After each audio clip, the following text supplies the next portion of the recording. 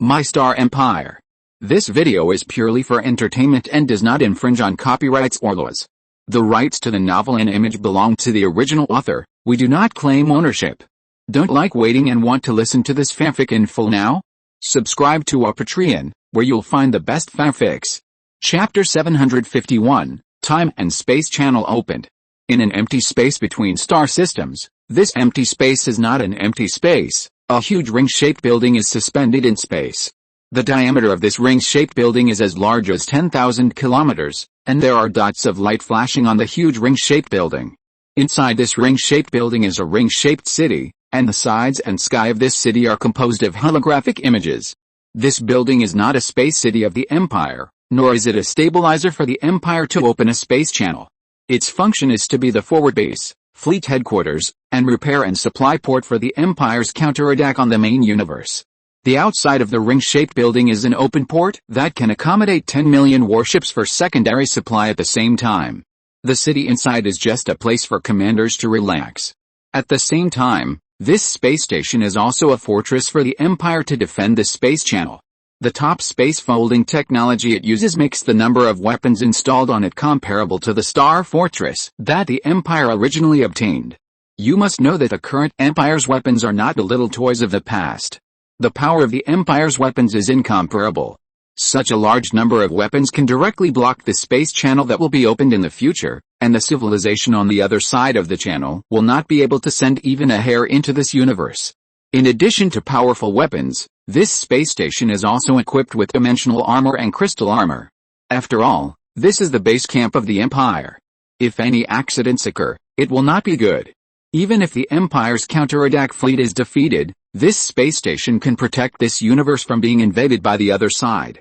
Less than a year after the space station was put into use, the Empire's 10 million Zeus III warships came to this space and stationed. With them came the families of the crew members and a large number of scientists and engineers. When all the troops arrived, a swarm mothership of the Empire and a defense fleet consisting of 10 billion Zeus-class warships were also stationed in other space stations around. The space station began to rotate slowly, and as it rotated, beams of light swept towards the space in the center of the circular space station. These beams intersected together, and a metal component first appeared in the air. Then more and more structures began to spread along this metal component, just like plants growing and expanding in size. That's right, this space station is actually a large construction ship, which can directly build any building smaller than it. What is being built now is the space channel generator used to penetrate the two universes. As time passed, this spherical building with a diameter of thousands of kilometers began to take shape. As the space station continued to rotate, the spherical building was still being improved. When the ring-shaped space station stopped, the spherical building was completely completed. Blue lights began to light up on the spherical building, and the spherical building began to deform. Its half surface opened like a petal, revealing a ring with a diameter of only 1 kilometer at its core. Mingze almost spit out the tea in his mouth when he saw this scene. Because he did not participate in the design, he had no idea what the space-time channel generator looked like before. But no matter how you design it, you can't design such a weird thing. There's only a 1 kilometer diameter ring in the middle of a sphere with a diameter of thousands of kilometers. Are you sure you are not kidding me? Mingze's mouth kept twitching. The ratio of this ring to the sphere is really a bit horrible.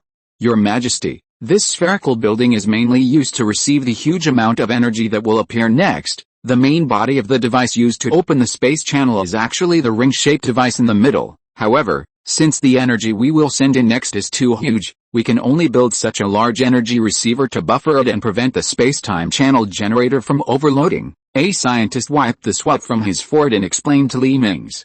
Mingze nodded to show that he understood. He had never thought that such a large device would be needed to receive energy. Under Mingze's attention, the surface of the spherical building suddenly began to emit white light. When this light began to appear, the counterattack fleet composed of 10 million Zeus III warships quickly gathered next to the spherical building. Obviously, they were waiting for the moment when the space-time channel was opened. When the white light became brighter and brighter, until the spherical building was about to turn into a sun, the space station called the counterattack headquarters suddenly changed. A large number of white light spots floating in the air suddenly appeared in the starry sky that was originally empty. Gradually, These light spots began to grow larger and became balls of light that flashed with dazzling light. The number of these light balls increased until they flooded the space around the space station. When the number of light balls reached a certain level, the starry sky outside the window had turned into a white ocean, with nothing but white. This was not the end. These lights suddenly began to transform into liquid state, and now it truly became an ocean of light. Through the glass of the space station, one could even see the rolling white liquid outside. After a few hours, these liquids gradually became less active, and diamond-shaped crystals appeared outside the window. These liquids that shone with white light began to continuously turn into diamond-shaped crystal grains, as if they were frozen. Gradually, the window of the space station was flooded by these white crystal grains. These were the huge energies used to open the space channel. Due to the high energy density, they have been transformed into a higher state. However, this did not affect the operation of the space channel generator. After absorbing enough energy, the ring with a diameter of only 1 kilometer in the middle of the spherical building began to rotate. Gradually, a white vortex appeared in the middle of this small ring. At this time, the Empire had already scanned the situation at the other end through the space channel. After confirming that it was safe, the Empire's counterattack fleet gathered together to form a long queue and rushed into the space channel. After the space channel was activated, the space channel stabilization device also started, and the space channel gradually stabilized. If the energy continues to flow, this space channel will continue to exist. At this time, the white crystals in the outside space also began to gradually disappear. This phenomenon only occurs when the energy is just connected and gathered. Later, the universe will automatically adjust the energy limit of this area, making these energies invisible to the naked eye again. Chapter 752 Desperate Situation. Under the blue sky and white clouds, the green grass swayed in the breeze, and the streams running through the grasslands were clear. 5,000 years had passed since the Sith Empire destroyed all life in the Milky Way. The planet, whose ecology had been destroyed, began to recover under the correction of nature. The seeds that were originally left in the soil began to glow with new vitality, and the seedlings of trees were evenly scattered in the grass. If nothing unexpected happened, this place would become a forest in a few decades. However, a flurry of footsteps broke the tranquility of the grassland, and the seedlings of trees were trampled under the feet of heavy metal boots. When the metal boots were lifted, only a green mud was left. "Hurry up, they are catching up," a panicked roar came from the distance of the grassland, and soon 3 blue figures came out from behind a small mound. The power armor of these 3 people was already covered with scars, and conspicuous scratches were evenly scattered on the surface of this power armor. "No, my armor reactor is about to go offline. You go first," a pleasant female voice came from a relatively short and slender power armor. "We, the Sith Alliance, will never give up any of our comrades easily." The man next to the woman stretched out his hands to remove the armor on the woman's arms and legs and carried her on his back. "You go first, I can still delay here for a while." The woman struggled a few times on the man's back, but because the power armor had reached its bottom, she could not exert much strength at all. Just as the 3 people were dawdling, several purple figures suddenly appeared on the horizon of the grassland. Under the sunlight, the appearance of these 3 figures became clear. The humanoid figure with a human-like appearance and somewhat developed limbs was made of a purple crystal. It had no facial features, and the whole person seemed to be a huge crystal. And around it, hundreds of tiny crystal fragments were suspended in the air and circling around this figure. Da da da, da da, da da da, a telegraph-like sound came from the head of one of the crystal men. Da da, da da da, the other 2 crystal people responded. If an uninformed person saw these 3 crystal people, they would think they were 3 sculptures. When they stood still, their whole bodies would not move at all. Because they had no facial features, others could not understand their emotions or thoughts. The only thing that could prove that they had thoughts was the constant da-da sounds coming from the 3 people's mouths. "They are coming." The 3 people who heard the movement just turned around and saw 3 figures on the horizon.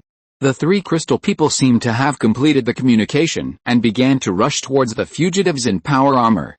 "I'll cover you.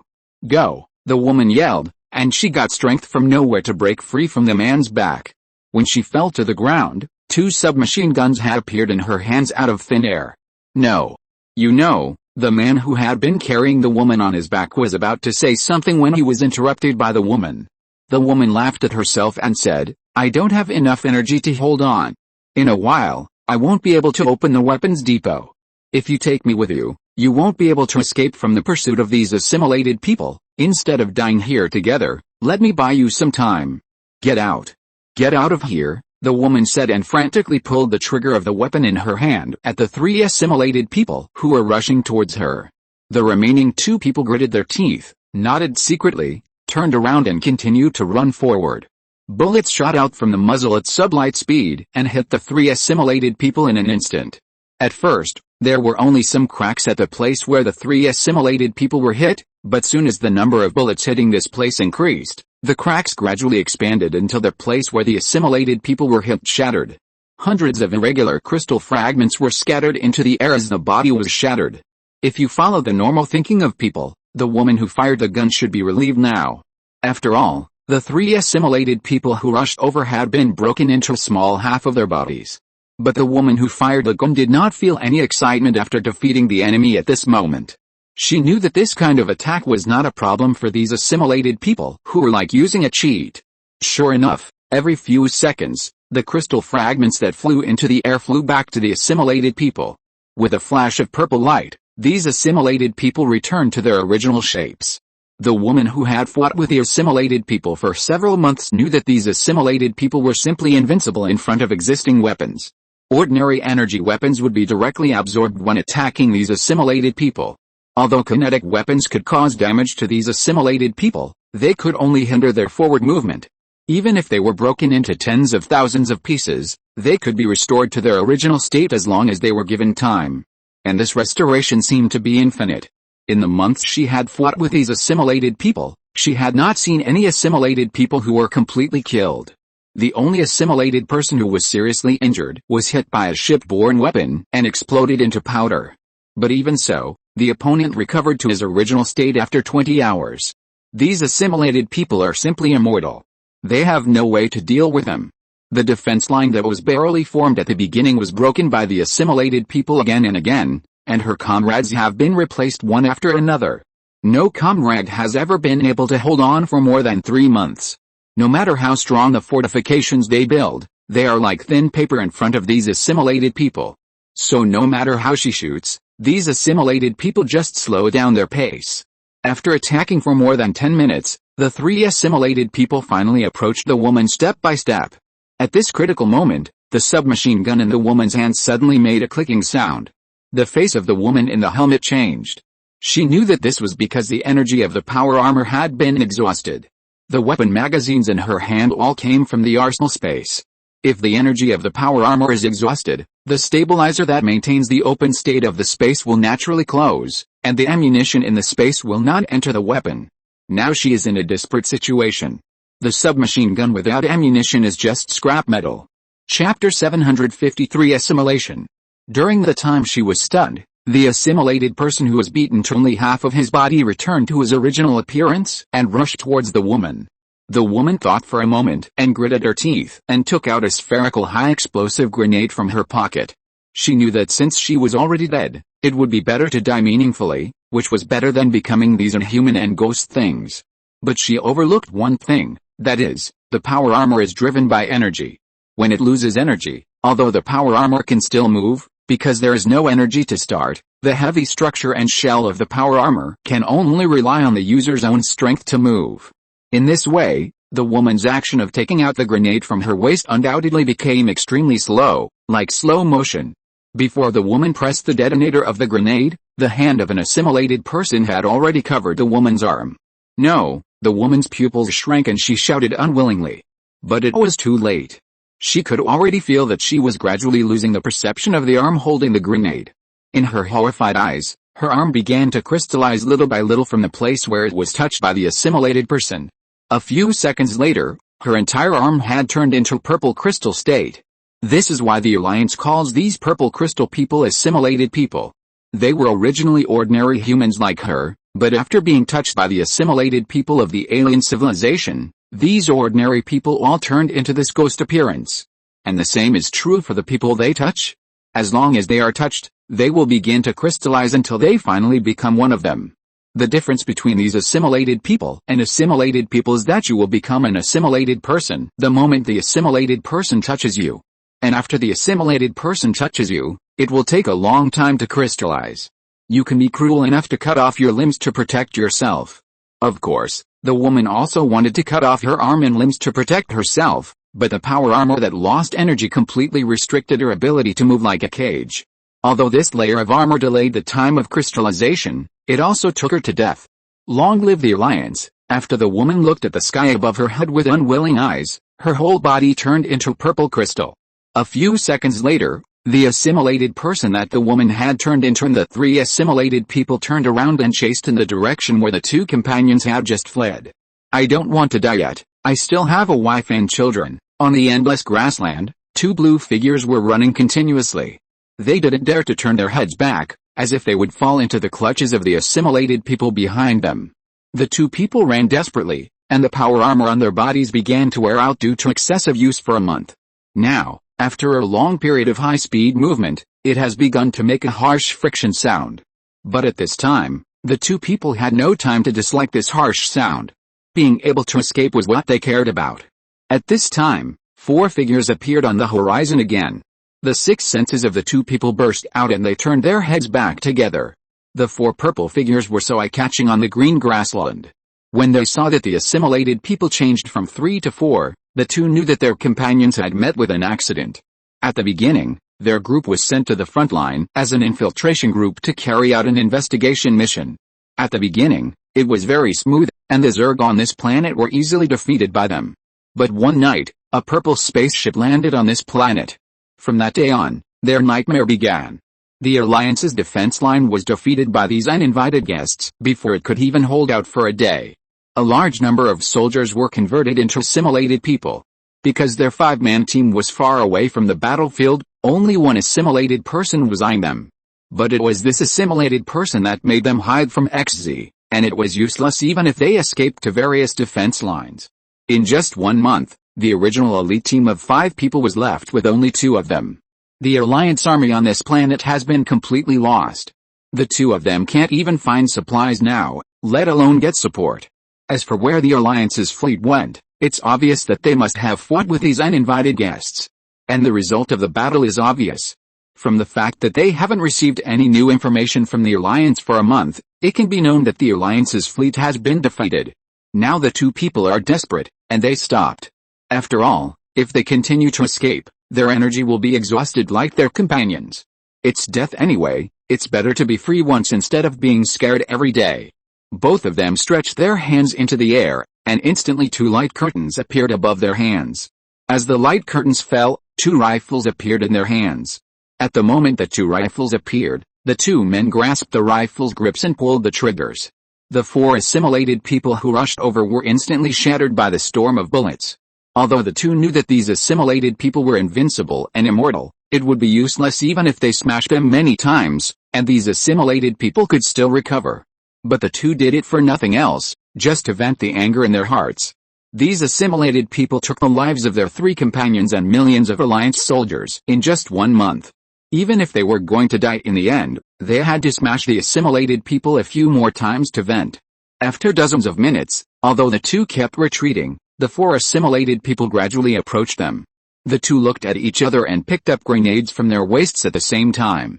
They would rather be blown into mincemeat than become these ghosts. Just when the 2 were about to make up their minds, dozens of shells suddenly shot from the sky, and these shells directly blew the 4 assimilated people on the ground into pieces. With such a degree of damage, these assimilated people will not be able to stand up again within 20 hours. The 2 warriors who were originally going to die breathed a sigh of relief and put the grenade back into their waists. The 2 looked at each other, and there was a hint of joy in their eyes. These shells that fell from the sky might be the Alliance's fleet as counterattack. They knew that the Alliance's fleet was not so easy to defeat. These uninvited guests must have relied on sneak attacks to make the Alliance's fleet retreat at the beginning.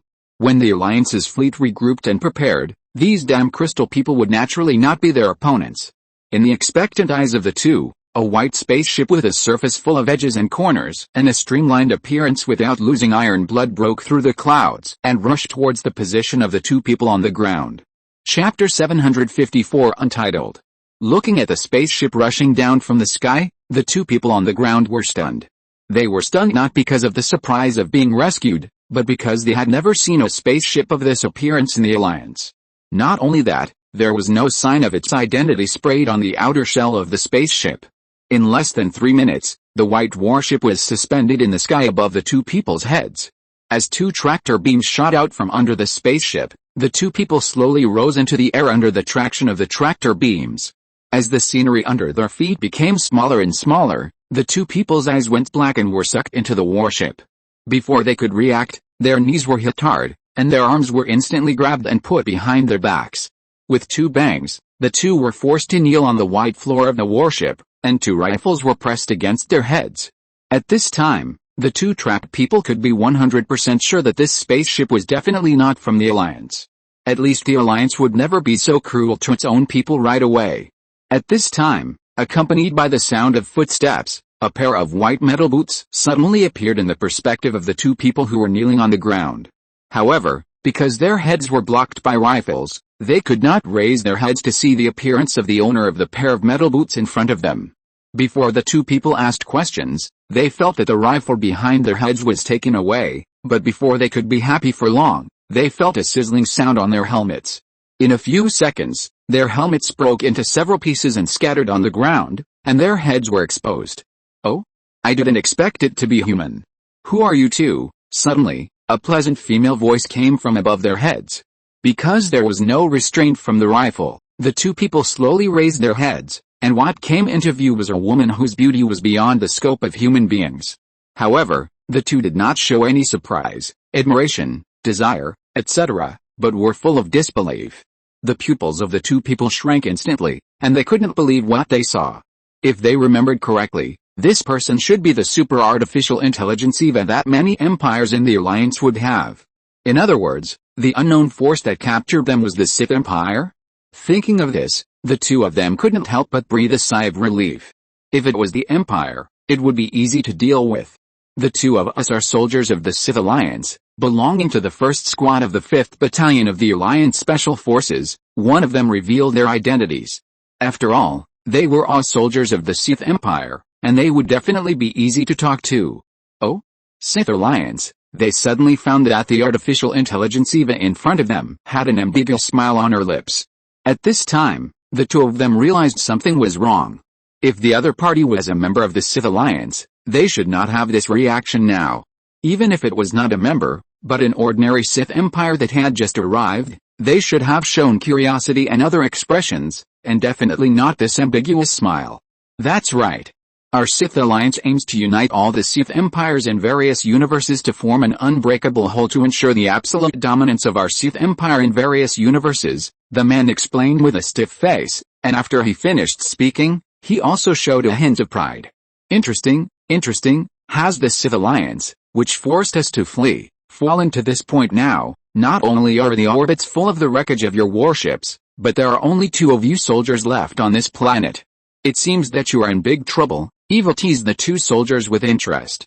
The 2 kneeling on the ground instantly felt a chill enveloping their entire bodies. Forced them to flee. When the 2 heard this, they felt a little collapsed. It turned out that they had fallen into the hands of the Sith Alliance's mortal enemy. May I ask who you are? The 2 asked cautiously. We are the Sith Empire just like you, but we have a little grudge with you that needs to be settled. Eva showed a cold smile. Drag them down to extract their memories. I want to know what happened in this galaxy. Eva waved her hand. Yes, the 4 Imperial soldiers nodded and dragged the 2 Alliance soldiers directly into the corridor behind them. No. Don't. The screams of the 2 Alliance soldiers were getting farther and farther away, and Eva fell into deep thought. Since the Empire's fleet returned to the main universe, everything they saw in the main universe has been beyond the Empire's imagination. Unlike the swarms of insects that were originally expected, the Empire found that it was unexpectedly quiet after arriving in this universe. No one came to trouble the Empire's fleet, no warships, no swarms of insects. If the Empire's fleet had just arrived and encountered an attack by the swarm of insects, Li Mingze might have been relieved. But now that they have arrived here, they have not encountered anyone, let alone the swarm of insects, and he has not even seen the corpses of the Zerg. You must know that the opening of the space channel is not a small movement, and it will definitely be noticed within the hundreds of light years around. But even so, the Empire's fleet did not encounter anyone who came to cause trouble. This undoubtedly made Mingze suspect that the Zerg was waiting for him with some conspiracy. Time goes back to when the Empire had just left the main universe. With the departure of the Empire, the forces of various parallel universes have gathered in this galaxy. The various civilizations had fought each other in their own universes before, and now they met each other, and they were even more jealous of each other. The Zerg that still occupied this river system was not taken seriously by these civilizations at all. As soon as they met, a long war broke out. Taking this opportunity, the Zerg quietly moved underground and hid, waiting for these civilizations to attack each other until their strength was exhausted. However, the reality was somewhat beyond the Zerg's expectations. These civilizations were still fighting each other at the beginning, but as time went on, some similar civilizations actually united together. Just like the Sith Alliance, even if the same civilizations from different universes meet together, although wars will break out in the early stage, once there is external pressure, these civilizations may unite together. It is for this reason that the corruptors from other universes hugged each other, and the Zerg from other universes hugged each other, and the remaining civilizations did the same. If you're listening to this novel on a channel other than Fanfic World, it means they downloaded and uploaded it without effort. We cordially invite you to visit our channel, Mundo Fanfic Novelis. There you'll find the original version of this story and you can explore many other novels of various genres. We're waiting for you to immerse yourself in a world of incredible novels. Chapter 755, The Development of the Swarm.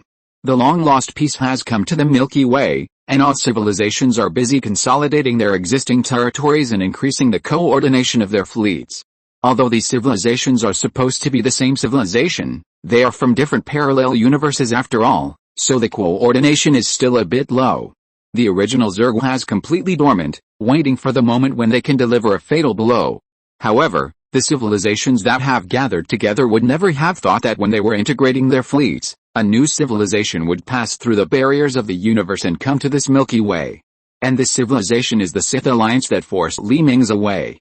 The territory is spread across several universe groups, and the strength of the Super Alliance that rules over more than 100 universes is unquestionable. However, since the goal of the Sith Alliance fleet this time is only to wipe out an ordinary Sith Empire, the other party did not send too many fleets to arrive. Even the space channel has not been opened. After all, in their plan, after destroying the Sith Empire, this universe will be of no use. But even so, against the background of the Sith Alliance's invincible army, the strength of this cleaning fleet sent out is unquestionable. Even the most powerful civilizations in the parallel universes were powerless against this fleet. Their fleets were defeated by the fleet of the Sith Alliance as soon as they met. The shields and armors they were proud of were nothing more than a cannonball in the eyes of the Sith Alliance. If one cannonball can't solve the problem, then two cannonballs. As the civilization fleets retreated step by step, a large amount of territory fell into the hands of the Sith Alliance. However, just when the Milky Way was about to be completely cleared by the Sith Alliance, Mingze on the other side had just made a big mistake, causing the artificial intelligence of the evil Sith to have a logical error and trigger the destruction system. Overnight, the fleet of the evil Sith flew through the space gate to various parallel universes. Among these universes listed as targets for destruction, the universes ruled by the Sith Alliance alone occupied 100. Faced with these evil Sith warships that suddenly appeared, the Sith Alliance could only choose to send a fleet to intercept them. However, since these warships specially used to destroy the universe did not give them the opportunity to fight, they ran around everywhere. The Sith Alliance had to start shrinking the fleets they had sent out, and let them return to the Alliance's universe to encircle and destroy the warships of the evil Sith. The Sith Alliance fleet that had just arrived in the main universe was transferred back by a withering order before it had time to clear out these civilizations. Seeing the powerful enemy leave, the various civilizations were excited, and they began to prepare to attack other civilizations, and then this new universe would fall into their hands. However, they ignored the biggest threat in this universe, the Zerg. The dormant Zerg did not hide completely. They secretly collected the wreckage, remains and supplies of the warships of various civilizations. With the help of these wreckages, the Zerg successfully mastered the technology used on the warships of these civilizations. The Zerg even used these wreckages to assemble a large number of assembled warships. Not only that, the weaknesses of the warships of various civilizations were also completely exposed to the eyes of the Zerg.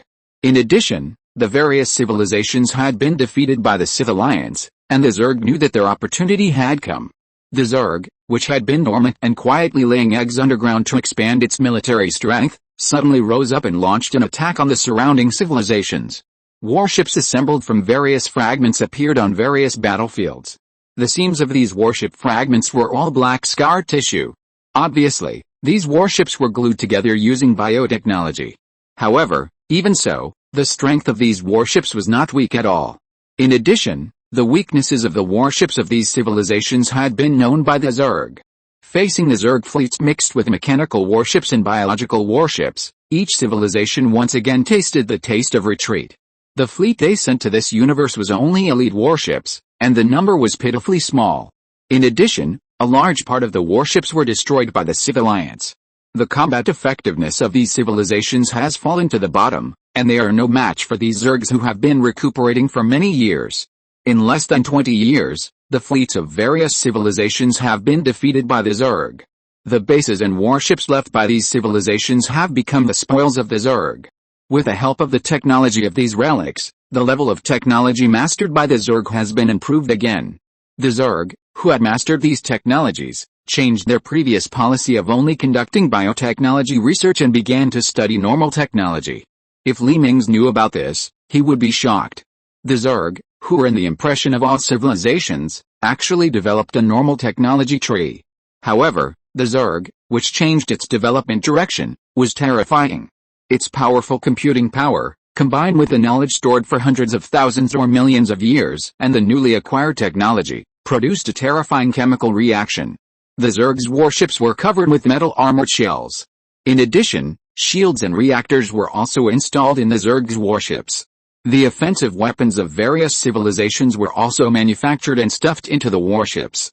The biological warships that integrated mechanical technology not only had powerful attack and defense power, but also retained the biological warship's recovery ability and rapid construction capabilities.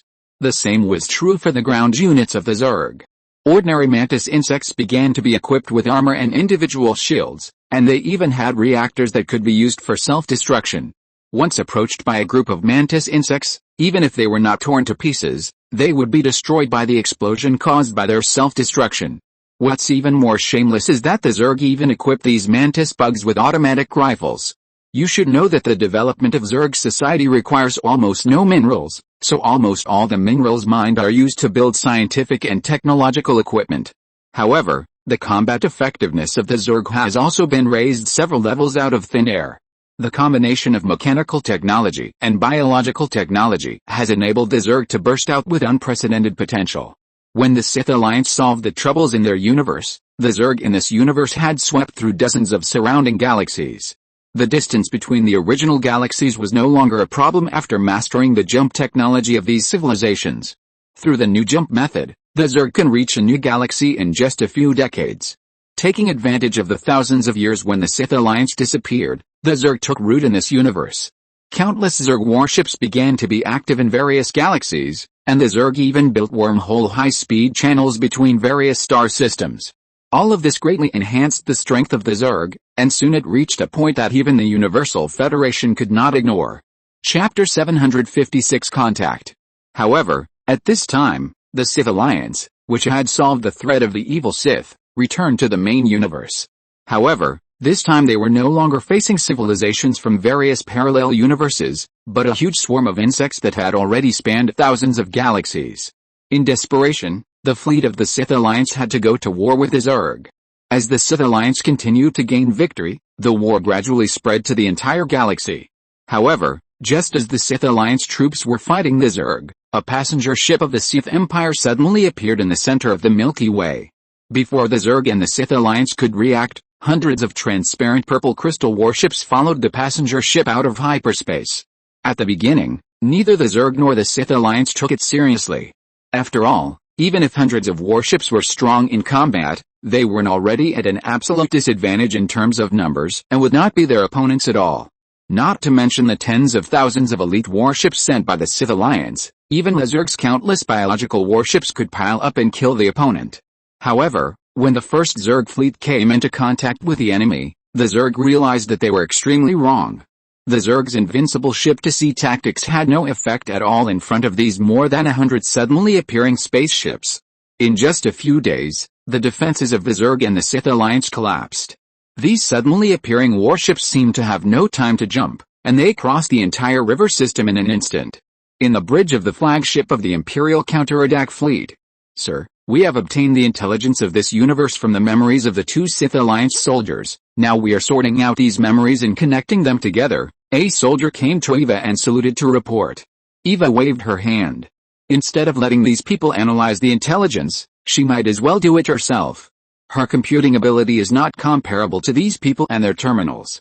After closing her eyes, the memories of the 2 Sith Alliance soldiers flooded into her mind like a tide. Soon, the key fragments of these memories were extracted separately. Are these people all clones? The Sith Alliance must have discovered that population will limit technological development, so they have set aside a fixed population to participate in foreign wars. Well, there is also information about the Zerg and these uninvited guests. Eva frowned and muttered to herself. Unfortunately, because these soldiers are all clones, she can't get important information about the Sith Alliance from their memories. This is also expected. After all, the enemy civilizations of the Sith Alliance are not simple civilizations, and it is normal to use clones that will not reveal information. The Empire is also using clones now. The fictitious memories can perfectly hide the true strength of the Empire. Unfortunately, the memories of these 2 Sith Alliance soldiers not only do not have important information about the Sith Alliance, but also very little information about the Zerg and these uninvited guests. It seems that these soldiers were attacked by assimilated people as soon as they were sent out. In their memories, the crystal warship that dropped from the sky and inserted into the ground, which was tens of kilometers high, made Eva fall into deep thought. Just a few assimilated people tore apart the ground defense line of the Sith Alliance, so what kind of combat power should these tens of kilometers long warships have? Unfortunately, the 2 soldiers did not have any memory of fighting with this warship. Send a clone team to prepare to enter the ground to fight with the assimilated people. I need to collect all the data of these assimilated people. Eva waved and ordered the officer who was coming. Yes, the officer saluted with his legs together and turned to leave. Just a few minutes later, a white shuttle flew out of the belly of the Imperial warship and rushed to the ground. Thanks to the space folding technology, each Zeus III warship is equipped with manufacturing equipment and clone incubators. Before arriving at this planet, 100 clone soldiers had already been generated in the clone incubator. After being equipped with the equipment they had just manufactured, these clone soldiers entered the shuttle in an orderly manner. Among the 100 clones, there was also a strange soldier. Unlike the silver power armor of the clone soldiers, the power armor on this soldier was painted black. The soldier's body was actually a robot, and it was being remotely controlled by Mingze in the Imperial Palace. Because they were worried that Mingze would encounter some accidents in the main universe, and the enemies were all extremely technologically advanced civilizations, Tianyi and the others were determined not to let Mingze enter the battlefield in person. However, Mingze, who was almost idle in the palace, wanted to go out and have a look, so he had no choice but to come up with this method. Control a robot to go to the battlefield through virtual reality, so that even if the robot is destroyed, it will not hurt Mingze at the other end of the terminal. Mingze controls the robot through virtual reality just like a game, and can also control the robot through a third person. This is also a helpless move. It is very difficult to transmit the signaling time across the long distance of the 2 universes. Now there is a delay of 1 femtosecond when Mingze sends a command to the robot's body to execute. It may not be a big deal at ordinary times, but in battle, the 2 results produced by this femtosecond are simply worlds apart. When the white clouds outside the shuttle disappeared, revealing the boundless wilderness under the clouds, Mingze knew that he was about to reach his destination. Through the porthole of the shuttle, he could clearly see that the endless green grassland was dotted with a large number of purple dots. If nothing unexpected happened, these purple dots must be the existence of assimilated people. As if sensing a visitor, these purple dots began to gather in the direction of the shuttle. Mingze squeezed the rifle in his hand. There was no doubt that there would be a fierce battle next. In order to obtain the specific data of these assimilated people, the Empire equipped this 100-man clone team with all types of existing weapons. From ordinary beam weapons, kinetic weapons to sonic weapons, electromagnetic wave weapons, microwave weapons, flamethrowers, etc. All conceivable weapons were stuffed into the hands of these clone soldiers. Through the next battle, the Empire will analyze which weapons these assimilated people are resistant to and which weapons can produce effective killing. and whether the opponent will consume energy or something else when reorganizing. Imperial warships in orbit will capture this data for integrated analysis until an analysis report on these assimilated humans is finally generated. Chapter 757 Mutation. At the moment when Mingze was distracted, dozens of purple lights and shadows suddenly shot from the plane below the shuttle. Before Mingze could react, the seemingly hard shell of the shuttle had been penetrated, and dozens of purple crystals flew past Mingze until they passed through the entire shuttle. Because the robot had a high-speed camera, Mingze could clearly observe these flying purple crystals. These crystals were only the size of a palm, but their destructive power was unparalleled. Wherever they passed, they would leave a large hole of more than 20 centimeters. Looking from one of the holes, it seemed that they had penetrated the entire shuttle. Not just a layer of shell. And where these crystals passed, the inner wall of the shuttle actually began to crystallize little by little. The same was true for the clone soldier who was hit by these crystals by chance. Although a big hole was blown out of his body, he did not die, but turned into purple crystal little by little. Seeing the purple crystals spreading along the hole, Mingze in the Imperial Palace changed his face. If he stayed on the shuttle, it would be estimated that it would not take long for the entire shuttle to be assimilated into a crystal state. Everyone forced airborne immediately, Mingze shouted while controlling the robot and suddenly slapped a red button beside the seat. The moment he slapped, the floor under his seat suddenly opened, and then the seat suddenly fell down, and Mingze fell vertically. Listening to the whistling wind in his ears, Mingze felt as if he had returned to the time when the Empire had just risen. At that time, he often used his clone stand-in to go to various battlefields to experience the battles of the Death Squad. However, the crystal fragments that flew in immediately broke his memory. These crystal fragments kept passing by him, and the high-speed air made bursts of whistling sounds. Mingze cursed inwardly and controlled his robot to twist in the air in various ways, trying to avoid these flying crystal fragments. Fortunately, there were many jet ports on his power armor, which allowed him to pose in various postures in the air. In addition, there were no restrictions on the human body, so he could pose in various incredible postures, and none of these shot crystals hit his body. But the shuttle above his head was not so lucky. The huge fuselage became the best target. After a few seconds, the shuttle was shot into a sieve by these crystals. It was not enough to be shot like a hornet's nest. From these wounds, the surroundings gradually began to crystallize. It didn't take long for the entire shuttle to completely turn into a crystal-like material. However, at this time, the shuttle seemed to have lost some support and began to hover and fall to the ground. Mingze knew that this was because the anti-gravity device of the shuttle was also assimilated into crystals. Fortunately, most of the surviving clone soldiers had jumped off the shuttle. But unfortunately, half of them were pierced by the crystals in the air. At this time, the attacks on the ground had gradually stopped. The crystal fragments seemed to be only aimed at the shuttle above his head, not at the people who were airborne. The unlucky guy who was shot by the fragments was just because the shuttle was blocked by them and was shot innocently. Before Mingze could catch his breath, he saw several assimilated people suddenly crawling out of the falling shuttle. These assimilated people stood on the upper deck of the shuttle and looked at Mingze and the clone soldiers above their heads, then suddenly squatted down. Fuck, Mingze couldn't help but swear. It was abnormal enough that these assimilated people could survive. Just now, he found that they could even attack remotely. Now they are squatting in this posture, obviously they are going to jump. Such a heaven-defying type of soldiers can be obtained by infection. Can people from other universes play with it? As expected, after these assimilated people squatted down, their legs suddenly exerted force to take off from the shuttle that was hovering and descending, and jump up in the direction where Mingze and other soldiers were.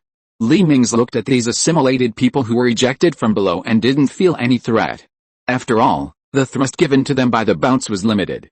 Soon these assimilated people would fall down and couldn't reach them at all. But just when their speed began to slow down, the feet of these assimilated people suddenly exploded.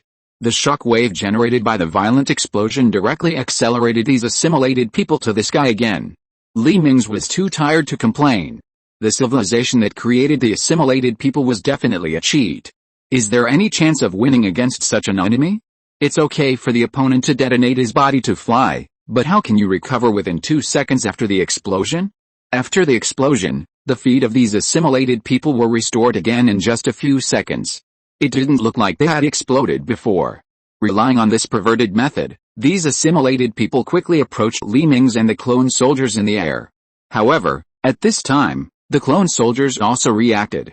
They aimed all kinds of weapons in their hands at the assimilated people who rushed up. Various electromagnetic waves, microwaves and other attacks fell on the heads of these assimilated people who were flying. But there was no effect. It seemed that except for kinetic weapons that could hurt them, any other form of attack could not cause any harm to them. These attacks seemed to be absorbed. Damn! Kicked the steel plate, Li Mingze's main body gritted his teeth and clenched his fist. The Empire now encountered the strongest enemy ever seen in the history of the entire Empire. This enemy is not only powerful, but can make any civilization despair. The enemy's ground units are so invincible, so how can the enemy's warships that are dozens of kilometers long be easy to deal with? Li Mingze estimated that the enemy's warships may also have the ability to assimilate other warships. Not only that, they may also have energy resistance and immortality. Can we win against such an enemy? Li Mingze is deeply skeptical. Since the Empire left the Sith Star, it has encountered powerful enemies, but they all have the possibility of being defeated and have weaknesses. But now this civilization that looks like it is made of crystals seems to have no weaknesses at all, and they seem impossible to be defeated. Didn't you see that the Sith Alliance has been retreating step by step under their attacks? Li Mingze doesn't think that his Sith Empire can be stronger than the Sith Alliance. Send warships to fight and collect data with the opponent. If you are really defeated in the end, withdraw to this universe immediately. At worst, we won't return to the main universe and let the Sith Alliance play with them. Li Mingze snorted twice and sent an order to Eva. Chapter 758 Test. In a star system at the core of the Milky Way, a dark red old star is releasing its last residual heat. In the orbit not far from this star, a sky blue planet is slowly rotating around it. 95% of the surface of this planet is composed of oceans, and the other 5% is islands. Originally, this planet has been occupied by the Zerg, but everything changed when a purple crystal battleship fell from the sky a few days ago. The purple battleship, like a tower, stands on the largest island of this planet. Under this tower, hundreds of assimilated people floating in the air are wandering aimlessly. These assimilated people are different from the assimilated people they infected. There are no legs under their bodies, but countless crystal fragments mixed in a pale white mist. Behind these assimilated people, there are also hundreds of diamond-shaped crystals floating. These diamond-shaped crystal fragments look exactly the same as the crystal fragments that penetrated a shuttle. On several large islands around this island, hundreds of mantis worms were being chased by several crystallized mantis-assimilated worms.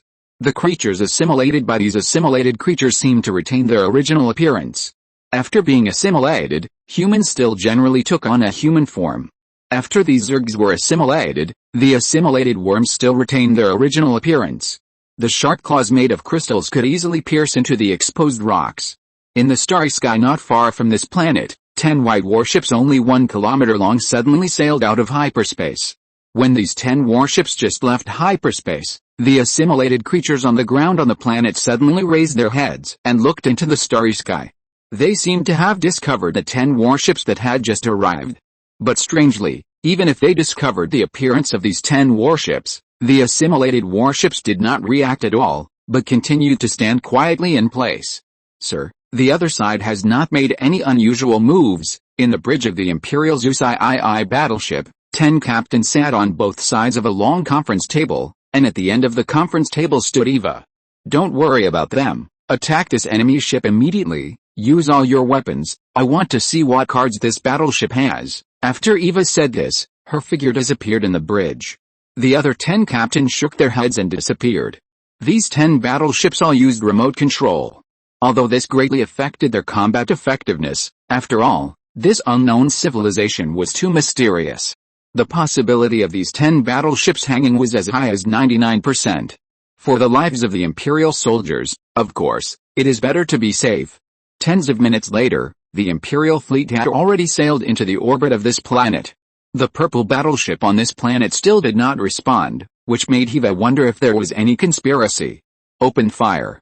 Attack with all your strength. With Eva's order, thousands of space windows suddenly opened on the outside of the 10 Zeus III battleships. The barrels of railguns and beam guns stretched out from the windows and aimed at the surface of the planet on the side of the fleet. Just as the ship-borne weapons of the Imperial battleship were about to be fired, the crystal battleship on the ground suddenly reacted. Hundreds of diamond-shaped crystals with a diameter of 10 meters suddenly separated from its body and shot into the orbit. In less than a second, these fragments flew through the atmosphere and arrived in front of the Imperial battleship.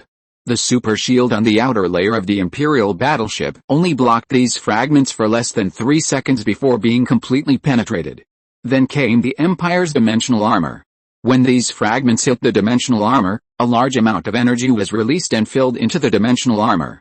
However, as the energy poured into the dimensional armor, the volume of these crystal fragments began to decrease sharply. When the dimensional armor absorbed all the energy and broke, the volume of these crystals was only about half. And this half-side crystal fragment drilled into the battleship again, and as it drilled, the surrounding armor began to crystallize little by little. Foreign matter intrusion detected. The structure of the outer armor is being changed. Changes in the molecular structure of the armor have been detected.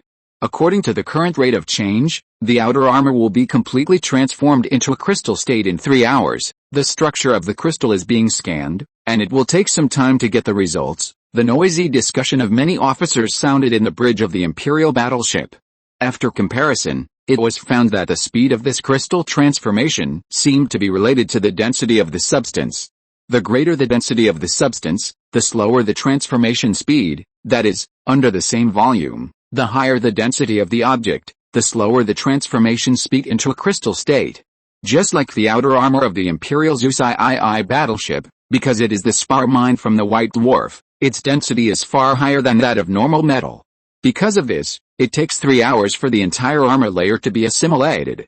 You should know that these 3 hours do not mean that all the armor has been assimilated, but only that the thickness of the spar armor less than 1 meter has been assimilated. If you observe it with your naked eyes now, you will find that a little bit of crystal is spreading around the hole drilled in the spar armor. However, these are all theoretical data. You should know that this crystal is rotating at high speed, trying to drill through the thick spar armor in front of it. As it rotates, its size is constantly shrinking, accompanied by extremely high temperatures. While the opponent's attack has not yet broken through the armor, the weapons of the Imperial warships aim at the tower and fire shells and beams. Just as the Empire observed at the beginning, energy weapons seem to have no effect on this kind of crystal. No matter how many beam cannons attack, they can't make the opponent produce a crack. In contrast, the effect of kinetic weapons is more obvious. As shells hit the crystal warship, the crystals around the hit point immediately burst and scattered around. Under the impact of thousands of shells, the whole island seemed to be raining crystals, and countless crystal fragments fell to the ground. The sun's rays penetrated these fragments and became colorful, and the sky also turned into a beautiful rainbow of colors. The tower that was originally tens of kilometers high was like a knot corn, with ugly gaps all over its surface. And a large part of its height was cut off, leaving only 4/5 of its original height. There was even a 1-kilometer-long crystal fragment that began to fall to the ground because its bottom was pierced. Chapter 759, Immortal Battleship. A kilometer-long crystal fragment broke away from the tower and fell to the ground. The shadow cast by its huge size instantly covered the assimilated people wandering under the tower. However, these assimilated people did not panic, but continued to wander aimlessly. When this type of fragment, accompanied by hundreds of smaller crystal fragments, fell like a rainstorm, and when there was less than 10 meters from the ground, something strange happened.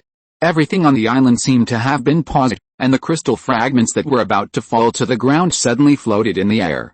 The assimilated people wandering on the ground also stopped and stood there in a daze, and the crystal rain in the air also paused in the air. Then, in the shocked eyes of the Imperial officers on the other side of the screen, these crystal fragments seemed to be pulled by silk threads and flew back to the heights. The picture on the island was like a movie being played in reverse, and the broken crystal fragments returned to the original main body, and the huge crystal fragment stood in its original position, and the crystals around it quickly returned to their original state. In just a few minutes, the crystal warship returned to its original appearance, and all the fragments merged into a huge purple crystal. Fuck, the Imperial officers who saw this scene through the camera couldn't help but burst into a swear. The battle was not over. When the opponent reorganized, hundreds of crystal fragments shot at the Imperial warships in orbit. At this time, the Imperial warships in orbit had entered the final stage of their lives. Their armor had been penetrated by these crystals, and the crystals inside the warships were frantically assimilating the metal inside the warships. Less than a quarter of an hour after these fragments penetrated the armor, 60% of the internal structure of the Imperial warships had been transformed into crystal. The Imperial warships relied on the remaining equipment to barely support, but both the Imperial officers and Eva knew that these 10 Imperial warships could not hold on for much longer. Use their residual heat and let them carry out suicide attacks. Detonate the antimatter they carry, Eva ordered the officers around her in a deep voice. The 10 warships floating in the planet's orbit suddenly turned their bows and aimed their bows at the tower standing on the island. The thrusters at the rear of the battleship instantly ejected blue flames, but unfortunately, due to the severe assimilation of the crystal, less than half of these thrusters could still work. But this was enough. The gravity of the planet helped the Imperial battleships. As the battleships passed through the atmosphere, gravity began to act on them. The battleships with anti-gravity engines turned off were like 10 huge meteorites falling from the sky and smashing into the purple crystal tower. At this time, the flying crystal fragments could not stop the fall of the 10 battleships, they just slightly slowed down the speed of the battleships. 10 loud noises came from the ground one after another, and 10 huge mushroom clouds rose from the ground. These mushroom clouds were dust pushed up by the impact. The huge tower became shaky due to these 10 impacts, and dozens of white cracks appeared on its body. Before the dust was cleared, the tower was completely shattered, and countless fragments flew towards the surrounding sea. At this time, the antimatter carried by the 10 battleships was instantly released. Dazzling light enveloped the Earth, and the entire planet was instantly shattered. The huge energy shock destroyed the entire planet in an instant. The purple crystal battleship on this planet was no exception. The huge impact blew it into pieces, and these fragments flew into the surrounding starry sky under the impact force. When the energy shock dissipated, an Imperial battleship passed through hyperspace and appeared in the star system. Its mission was to monitor the crystal battleship that had just been blown up. After all, the Empire now knew that the other civilization had immortal energy, so the other battleship was very likely to recondense. After the Imperial battleship entered an asteroid belt, it turned off all electronic equipment and only retained the power of the scanning device. A few days later, the scanning device on the Imperial battleship finally captured the anomaly. A large number of abnormal objects suddenly scanned the star system. However, these objects were very small in size and did not attract the attention of the intelligent brain at first. But as the number of such objects detected increased, and they all gathered in the same direction, the ship-borne intelligent brain finally noticed the anomaly and uploaded the abnormal data back to the Imperial fleet. Sure enough, this spaceship can be resurrected. Eva frowned deeply. This is not easy to deal with. If the cost of the opponent's resurrection is very small or there is no cost at all, how can the Empire defeat this civilization? A few days later, countless tiny crystals suddenly appeared in the star system. These tiny crystals continued to combine and gather towards the center of the star system.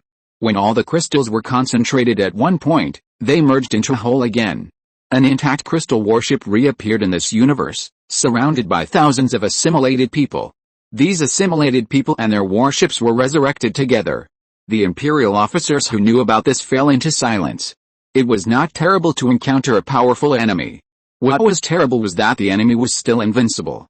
Notify His Majesty immediately. Eva hurriedly connected Li Mingze's communication. On the other side, Li Mingze had just put down the helmet on his head.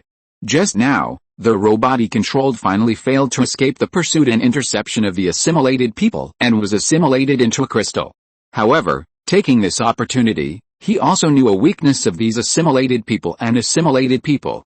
That is, they seem to react only to man-made objects. No, it should not be said to be man-made objects. It should be said to be the product of civilization. Whether it is a person, a robot or a spaceship, as long as it is man-made, it will be converted into crystal by these assimilated people. Things that are not man-made, such as grass, stones, soil, and even ordinary animals, these creatures in nature will not be assimilated. This assimilation is purposeful. Of course, it is not ruled out that the other party deliberately set it up. The most important thing is that whether it is an assimilated person or an assimilated person, it seems that there is no IQ. They are just mechanically performing a certain task. If it is accurate, it is that these assimilated people and assimilated people give Li Mingze the feeling of being a man-made machine. A machine that only knows how to kill and assimilate. Their purpose seems to be very simple, that is, to destroy all man-made objects. There is no trace of human command in their operations, and they seem to be completely in accordance with instinct. Chapter 760 Meet again. As data was uploaded from multiple battlefields, the Empire obtained more and more intelligence about this mysterious civilization. First of all, the first point is that the opponent can move instantly in any known area, whether it is from one star system to an adjacent star system, or across most of the Milky Way. Their movement does not take time. Second, all the units of the opponent, whether they are assimilated by them, or their warships, have the ability to be immortal. However, this immortal ability takes time to resurrect. The finer the crush when dying, the longer the resurrection time. Third, the opponent does not seem to have a unified commander, and all military operations are irregular, as if they are just assimilated for the sake of assimilation. Fourth, the opponent does not need any known resources, whether it is water, or energy. The opponent disdains all the resources on the planet. Fifth, the opponent only assimilates civilized creations and creatures with a certain degree of wisdom, such as spacecraft, weapons, humans, etc. On the other hand, neither wild animals nor plants have been assimilated by the opponent. Sixth, that is, they can absorb all energy attacks. In addition to kinetic energy, only kinetic weapons can cause damage to them. These 6 points are the intelligence that the Empire has obtained so far. As for whether the Sith Alliance has obtained more intelligence, they do not know. Mingze is now struggling with what the Empire should do next, whether to fight this mysterious civilization or to withdraw quietly. Your Majesty, I don't know if you have noticed that this civilization is like the virus in our human body. Viruses infect cells in our body to create more viruses. Isn't this civilization assimilating our population and equipment to create their own kind? An officer thought for a moment and said to Mingze. That's right, Your Majesty, I think they may be similar to viruses. We are perfect cells. They can only reproduce by assimilating us. Another officer also raised his hand to speak. Mingze's fingers tapped slightly on the table. At present, it is not known whether these assimilated people can pass through the barrier between universes. If the other party can pass through the barrier to reach another universe, then the Empire cannot sit idly by. Once the other party takes this opportunity to develop, it will definitely be a disaster for all civilizations in all universes. Pass my order down, all warships withdraw to the outside of the portal for defense, send the parts of the Eye of the Empire to the main universe immediately, and work overtime to install the Eye of the Empire. I want to know all the dynamics of this river system. Mingze stood up and left the command center after he finished speaking. After receiving Mingze's order, the Imperial fleet immediately dismantled an already built Eye of the Empire in the universe where the Empire was located. After stuffing these disassembled parts into transport ships, these transport ships set off through the portal. A few days later, an Eye of the Empire stood next to the portal of the main universe. As the main body was installed, the huge antenna slowly unfolded. Just when the Eye of the Empire just entered the operating state, a scan data was sent directly to Mingze. Mingze opened the data with some doubts. You know, even if the computer technology of the Empire's Eye has improved, it will take 3 hours to obtain all the data and sort it out. But this data was sent to his desktop within 2 minutes of the Eye of the Empire starting. When he opened this data, a huge hologram covered the entire study. The center of the hologram is the exit of the Empire's space channel and a huge space station, the Eye of the Empire. And 20 light-years away from the hologram, countless red dots are gathering together and rushing towards the direction of the Empire's space channel exit. Mingze's eyebrows jumped. Could it be that the assimilationists discovered that they were coming to assimilate the Empire's fleet? But that's not right. The other party should appear directly in front of the Empire's fleet to be more like the style of the assimilationists. After all, they don't need time to jump. Without time to think too much, Mingze stretched out his hand to enlarge these red dots again and again. Finally, after being enlarged by who knows how many times, these red hostile targets revealed their true form. Behind a huge planet-sized spaceship, there are countless warships following. These warships form an arrow shape, and the tip of the sword is the planet-sized spaceship. No, it's not a spaceship. When Mingze enlarged the hologram again, the details of this planet-sized spaceship were also exposed in front of him. The towering spires on the surface of this planet, the blood vessel-like tissues under the spires, and some bugs flying in the air all indicate that this fleet is the Zerg fleet. and this planet-sized battleship should be the opponent's mothership. But what makes Mingze more strange is that the Zerg battleships following this mothership are not battleship bugs composed of various biological organs and shells as he remembers. These battleships following the Zerg mothership are all products of mechanical technology. Those angular metals are still reflecting the light of the stars, and there are all kinds of turrets on the upper and lower decks of these battleships. Is this Zerg mothership actually being chased by battleships of other civilizations? Mingze couldn't help but wonder. Without him, in Mingze's impression, the Zerg should be specialized in biotechnology. Even if the opponent can control mechanical battleships, they should not replace all the main forces with mechanical battleships. But it would be wrong to say that this Zerg mothership was fleeing. The warships following it did not aim their guns at this mothership at all, but at all directions. Moreover, the enemy's formation was too neat, and it did not look like they were chasing each other. Your Majesty, the enemy seems to be coming towards us. I don't know if it is intentional or coincidental. Should we engage and fight with him? Tianyi's figure appeared beside Mingze. Obviously, when this data was passed to Mingze, Tianyi had already learned about it. Order all warships to prepare for battle. We are not the empire we used to be. Our warships are enough to crush these Zerg warships. Mingze snorted coldly, as if he remembered the time when he was forced away by the Zerg swarm. Even if the truth was to avoid other Sith empires, if there were no Zerg in the way, the empire would have developed long ago. The revenge for the seizure of the family must be avenged. Blast these bastards to pieces. Mingze clenched his fists and said angrily. Chapter 761, War Begins. Unfortunately, Mingze didn't know that during the time he left the main universe, thousands of years had passed in the main universe because of the difference in time between universes. The Zerg that developed in these thousands of years is no longer the same Zerg as before. Although it seems that the Empire has developed rapidly in the past 1,000 years, the speed of the Zerg's development is not inferior. The Empire and the Zerg just happen to be on the same starting line again.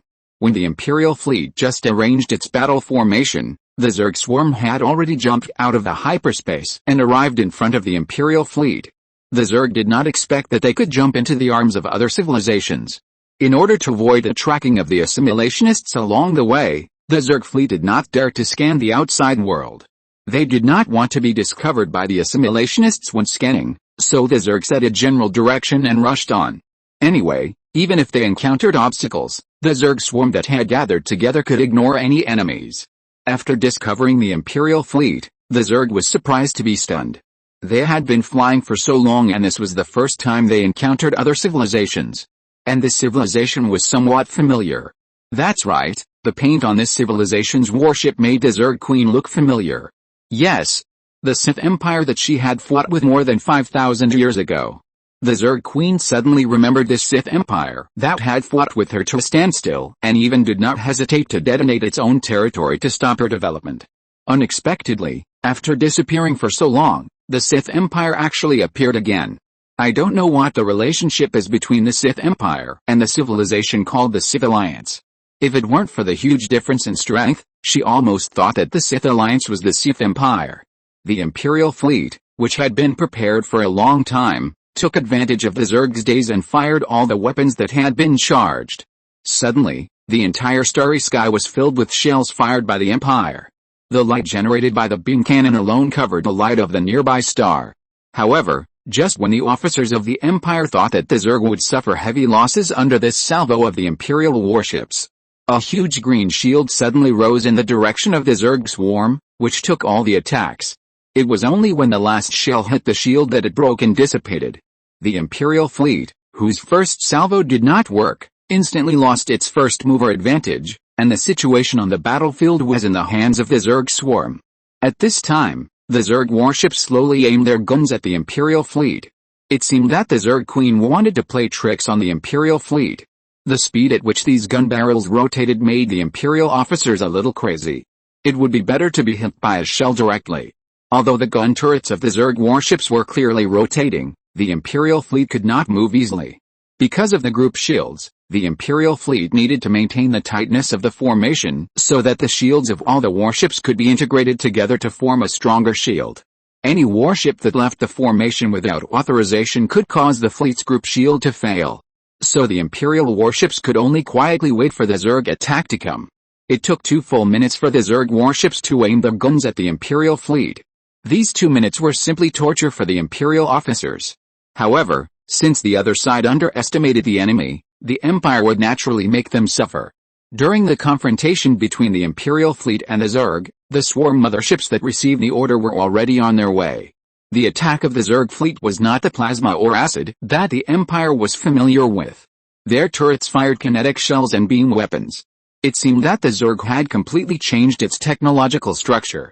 Could it be that they were on the road of mechanical technology? Like the shield that the Zerg ejected, a blue shield also rose in the Imperial fleet, blocking all the attacks of the Zerg fleet. The current battle gave people a turn-based feeling. Because of the group shield, both sides could not move around and conduct mobile warfare. They were confronting each other thousands of kilometers apart in such an absurd manner. Whoever's weapon cooldown time was up would fire. It was a complete competition of the shields and attack capabilities of the warships. Such a boring battle made Mingze sleepy. He stood up from his command chair and left the bridge. Just now, he learned from the remaining shields that according to the enemy's current attack strength and efficiency, it might take 10 hours for the shields of both sides to be broken. Only then will the real battle begin. Now they are just consuming each other's shields, so he still has plenty of time to rest. What's more, the Empire's Hive mothership is also on the way. When the Hive mothership arrives, it will be the time for the Empire to turn the tide of the war. When Mingze returned to the lounge, the warships of both sides were still shooting at each other. More than 9 hours later, Mingze returned to the bridge. At this time, the shields of the Imperial fleet had bottomed out, and so did the shields of the Zerg. However, relying on the support of a mothership, the Zerg's shield should be able to hold out for a while longer than the Imperial fleet. Your Majesty, our Hive mothership has arrived. Suddenly, an officer stood up and reported to Mingze. Mingze narrowed his eyes. Oh? The Hive mothership has arrived?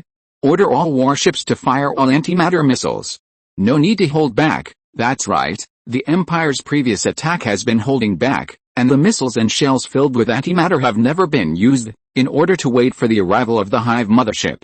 Some people may be curious, why antimatter weapons have not been put into use? Instead, they have to wait for the arrival of the Hive mothership. Because of the special properties of antimatter, it must react with positive matter to release energy. Therefore, if antimatter missiles and shells are used directly to attack the Zerg shield, it is impossible to release huge energy. At most, it can only have a few % of the original power. But with the Hive mothership, it is different. The Wasp fighters carried on the mothership are excellent media for the release of antimatter. Once the number of Wasp fighters gathered together is large enough, the energy released by the Empire's antimatter shells and antimatter missiles can even directly wipe out a planet. When a cylindrical warship sailed out from behind the Imperial fleet, the Zerg sensed something was wrong, but they didn't think much about it. Their weapons were all charging, and they couldn't do anything about the warship even if they thought about it. At this moment, countless Wasp fighters poured out from the Hive mothership like a tide.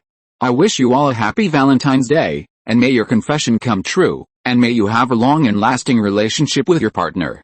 If you're listening to this novel on a channel other than Fanfic World, it means they downloaded and uploaded it without effort. We cordially invite you to visit our channel, Mundo Fanfic Novelis. There you'll find the original version of this story, and you can explore many other novels of various genres. We're waiting for you to immerse yourself in a world of incredible novels. Chapter 762 Untitled. These swarming Wasp fighters directly enveloped the Zerg fleet. However, due to the existence of the Zerg shield, these fighters were isolated by the shield on the periphery of the Zerg. Mingze looked at the Zerg mothership in the hologram and touched his chin.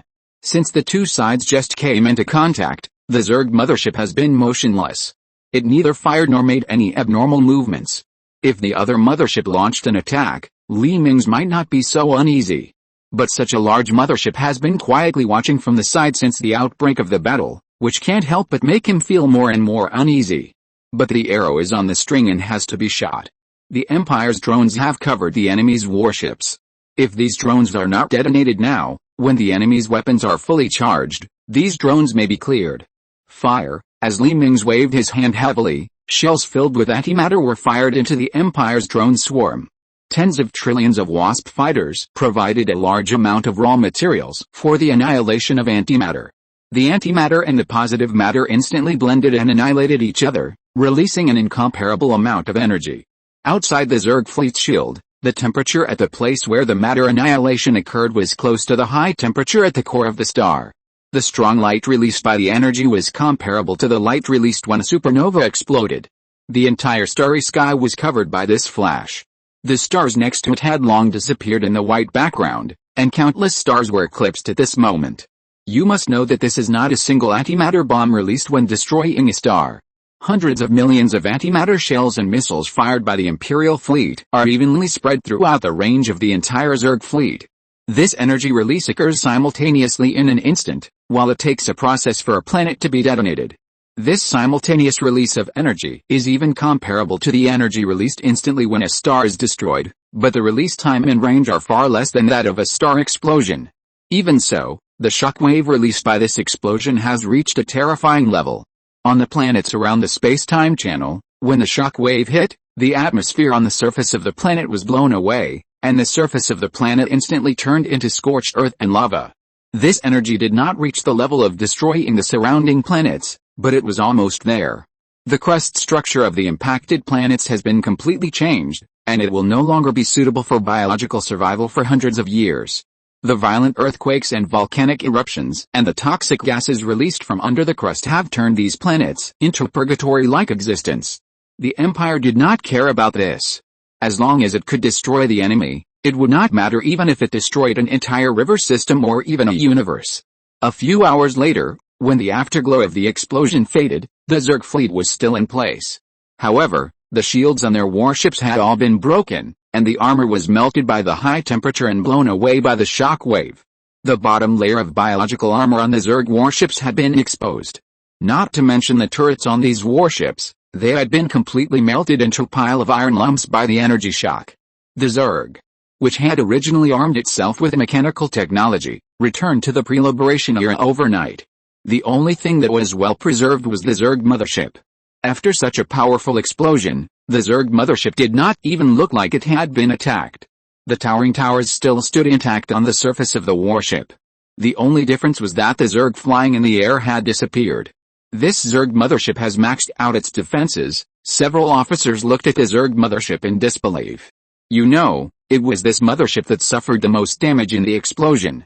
As the mothership blocking the front of the formation, it had at least borne 30% of the impact and energy of the explosion. But this warship was unscathed. If it had not been unable to attack, the Imperial fleet might have been overwhelmed by it long ago. Just as the Imperial officers thought, in order to protect its own lives, this Zerg mothership used all its space to install defense equipment. All the defense technologies obtained from various civilizations were piled on this mothership as if they were free. In order to provide space for these defense devices, the Zerg even dismantled all the weapons on this mothership. Anyway, as a mothership, it only needs to be used to hold the line, and the bayonet fight should be left to the Zerg warships. If all the Zerg warships are used up, then the remaining mothership will not be able to turn the tables even if it has weapons. Therefore, the Zerg really upgraded the defense of this mothership to the top level. Not to mention the 5 shields with different effects. The outer shell of this mothership alone has a 50-kilometer armor layer. And it is also equipped with energy absorption devices, attack deflection positions, hyperspace shields and other life-saving skills from various civilizations. It is precisely relying on these shields and equipment that the Zerg mothership survived the antimatter explosion without suffering a single bit of damage. Seeing that the scales of victory have already tilted towards the Sith Empire, the Zerg warships have abandoned their metal shells that have been riddled with holes and rushed towards the Empire's fleet. For them, close-range attacks are their advantage, but after the effect of the Super Rule New Book has passed, if they want to attack at close range, they can only rush through the enemy's firepower network first. Now the Zerg warships are rushing forward against the Empire's attack. Shells are fired from the Empire's battleship positions, piercing through the front armor of some Zerg warships and flying out directly from the ship's position, taking away large pieces of green blood when flying out. Waves of dazzling explosions flash continuously in the Zerg swarm. In order to rush through the firepower network of the Empire's warships, it can be said that the Zerg swarm is completely risking its own lives. Originally, this tactic should have been effective.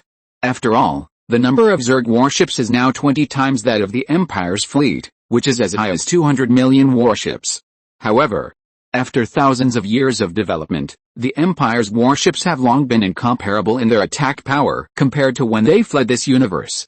The caliber of various artillery has been greatly improved due to the existence of space-folding technology. The weapons that were originally limited by size were directly moved onto the warships. What made the Zerg even more angry were the shells equipped with space-folding devices.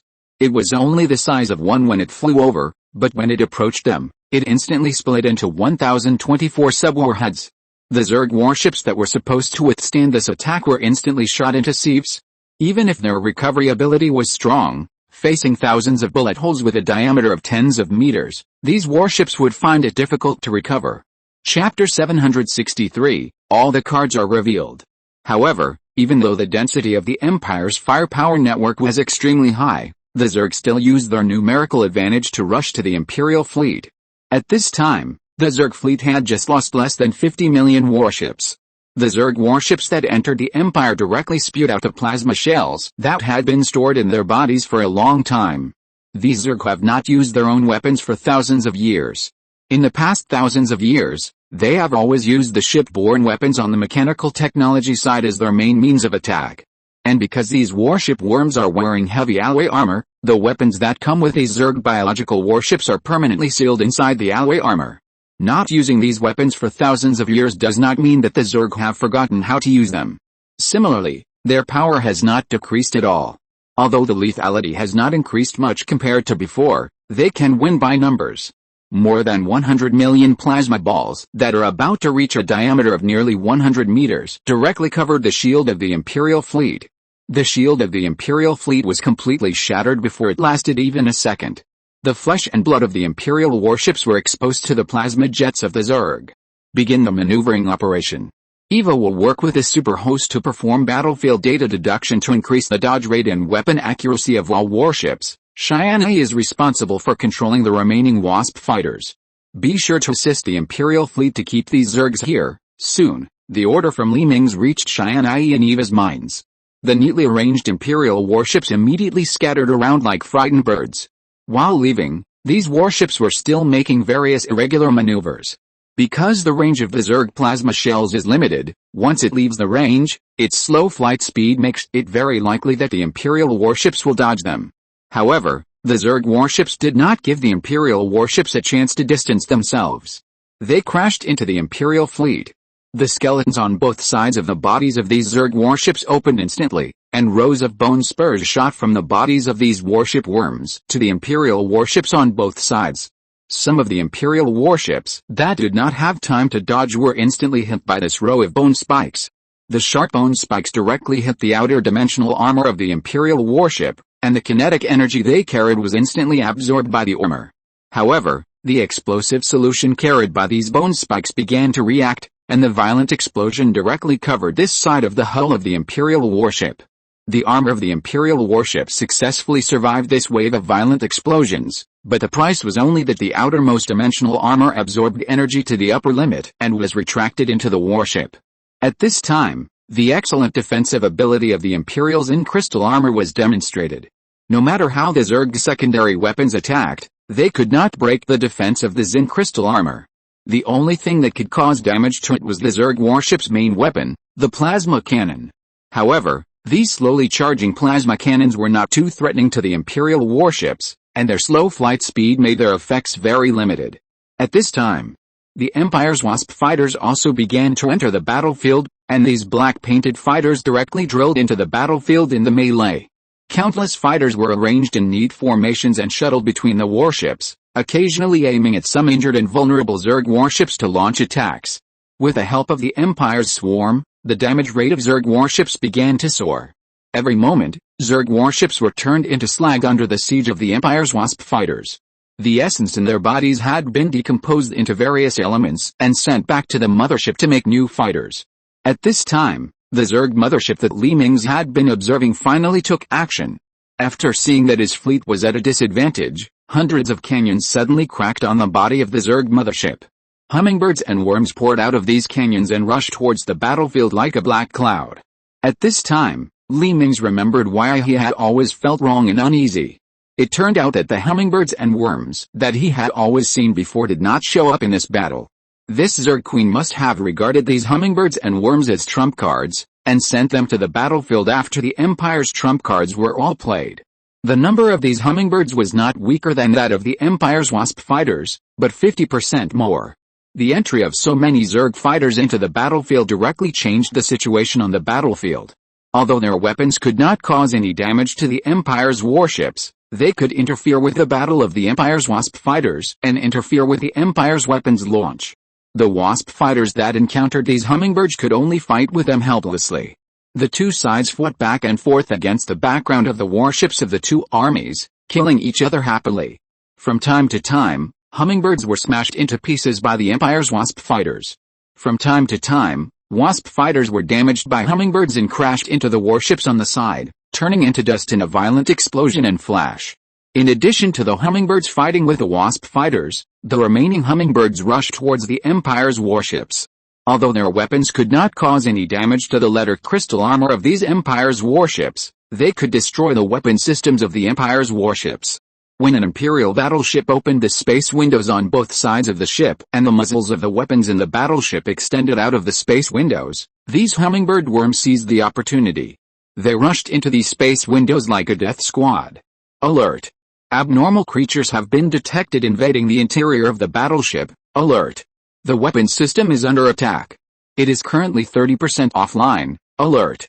High-energy reactions have been detected in the weapon bays, and the weapon bays have begun to be abandoned. With a series of piercing alarms, dozens of cabins were thrown into space from the Imperial battleship. Then these cabins exploded violently. These cabins are the weapon bays equipped with space-folding equipment. All the electromagnetic railguns, anti-gravity guns and other weapons of the Imperial battleships are placed in these cabins. The space windows opened outside the battleship are also the windows opened by these weapon bays. After rushing into these weapon bays, the hummingbird worms directly self-destructed, and the chemical substances in their bodies released a large amount of energy after mixing. If these cabins are not thrown away, the entire battleship may be implicated. Fortunately, this problem was taken into consideration when the Zeus III battleship was designed, and all compartments containing weapons were designed to be discarded at any time. Chapter 764 Preparing to force board the ship. Your Majesty, we can't let this go on. The Zerg mothership is still hatching a large number of hummingbirds. If we don't stop them, our swarm will soon be suppressed by them. The Zerg hummingbirds without restraint will cause great damage to our warships. An officer frowned and advised Mingze while watching the warship on the screen that had abandoned all the weapon rooms. The reproductive ability of the Zerg was revealed at this moment, and a steady stream of hummingbirds were still flying out of the Zerg mothership. It was unknown how many eggs were in the huge planet-like body of this Zerg mothership. With each moment of delay, the number of Zerg hummingbirds would increase, and the Empire's fleet would become more and more dangerous. If we want to destroy the Zerg mothership, we must send troops deep into the mothership. It is very difficult for our existing weapons to break through the shields and various defense devices on this mothership. But the opponent's shield can't stop us from slow airborne. We only need to send a troop to airdrop to the outer armor of the Zerg mothership and stuff a large yield antimatter bomb into the body of the Zerg mothership. Eva, who was sitting next to Mingze, said the tactics she had derived. Mingze crossed his hands and formed a stable triangle with the table, with his chin resting on his two palms. Organize an airborne force and send out all the clone soldiers in our fleet. At the same time, let the Sith warriors in the fleet prepare. After all the clone soldiers set off, they will land on the Zerg mothership as the second batch of landing troops. Mingze used the tens of billions of clone soldiers in the fleet as cannon fodder to attract firepower for the Sith warriors who set off later. No one in the command room refuted Mingze's order. Under this situation, these clone soldiers could only be sacrificed. Even though this mission was to send them to die, these officers had no regrets. After all, clones were used as disposable cannon fodder in the eyes of the Empire. Clone culture tank unlocked, memory input devices functioning normally. Muscle activation devices functioning normally, accompanied by a series of alarms. A separate compartment in the Imperial battleship suddenly lit up. Rows of culture tanks that looked like dormant chambers slowly extended forward from both sides of the wall, and each culture tank landed on the ground with the help of a mechanical arm. After a burst of exhaust sound, the hatches of these culture tanks all open upwards, revealing the clones who were still in a coma. Begin the awakening procedure. When the indicator lights on both sides of the culture tanks turned green, The clones opened their eyes at the same time. Dear soldiers, you have arrived at the battlefield after a long period of dormancy. Now our army is fighting the Zerg. After the 5-minute rest period, immediately put on your equipment and go to the hangar of the battleship. The system prompt sounded in the ears of every clone soldier. At the same time, the floor in front of each culture tank slowly rose, and a complete set of power armor appeared in front of these clone soldiers. These clone soldiers did not think much, and after recovering for a while, they stood up from the culture tank and stood in front of the culture tank. The nutrient solution on these clones had been cleaned and dried before the culture tank was opened. Now these clone soldiers no longer needed to go through the cleaning process and could wear the equipment directly. When the 5 minutes were up, the clone soldiers who were still moving their bodies to adapt came to the power armor and stood in.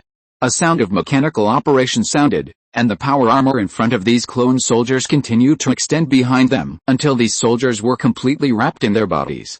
As the red lights on the chests of these power armors lit up, these clone soldiers turned around and lined up to the door, each clone soldier holding an electromagnetic rifle in his hand.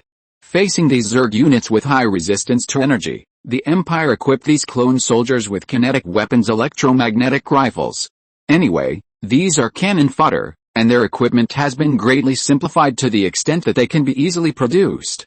When these clone soldiers lined up in a long line and came to the hangar of the Imperial battleship, 10 small landing ships for landing had already started their engines and floated in the port. The deck behind the landing ship was placed on the floor of the port, waiting for these clone soldiers to enter the ship. Under the command of the Imperial Marines, these clone soldiers marched in neat steps into the landing ships belonging to their respective teams. Each landing ship can carry 100 people, and these 100 people are a team. And each Zeus III battleship can produce 1,000 clones and corresponding equipment at one time. That is, each Zeus III battleship will send out 10 small landing ships to land on the Zerg mothership. The reason for using 100 people per ship is to prevent the Zerg mothership's air defense facilities from causing too much damage to the landing fleet. Once a landing ship is blown up, at least only 100 soldiers will be lost. When these clone soldiers stood in their positions, their souls were firmly attached to the floor of the landing ship. At the same time, the mechanical buckles extending from the pillars behind them were also buckled behind them. After the 3 points were fixed, the clone soldiers no longer had to worry about being thrown away by the violent maneuvers. After all the clone soldiers entered the battleship, the deck and tail hatch of the landing ship slowly closed, and the landing ship circled and rushed out of the battleship. At this time, a space window was opened on the outside of each Imperial Zeus III battleship. One after another, small landing ships rushed out of these space windows, directly passing over the stunned Zerg battleships and Zerg hummingbirds and rushed to the Zerg mothership.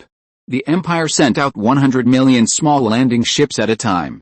These 100 million landing ships carrying 10 billion clone soldiers rushed out of the Imperial fleet in continuous high-speed maneuvers. The Zerg obviously did not expect that the Empire would have time to release landing ships while fighting with them. But their battleships had already been put into the battlefield, and there was no maneuvering force to intercept these Imperial landing ships.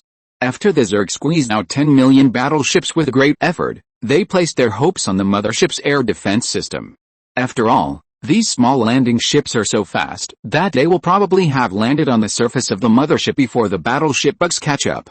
Chapter 765 Breaking Through the Air Defense Network. 100 million landing ships, chased by the Zerg battleships, burst out all their potential and rushed towards the Zerg mothership.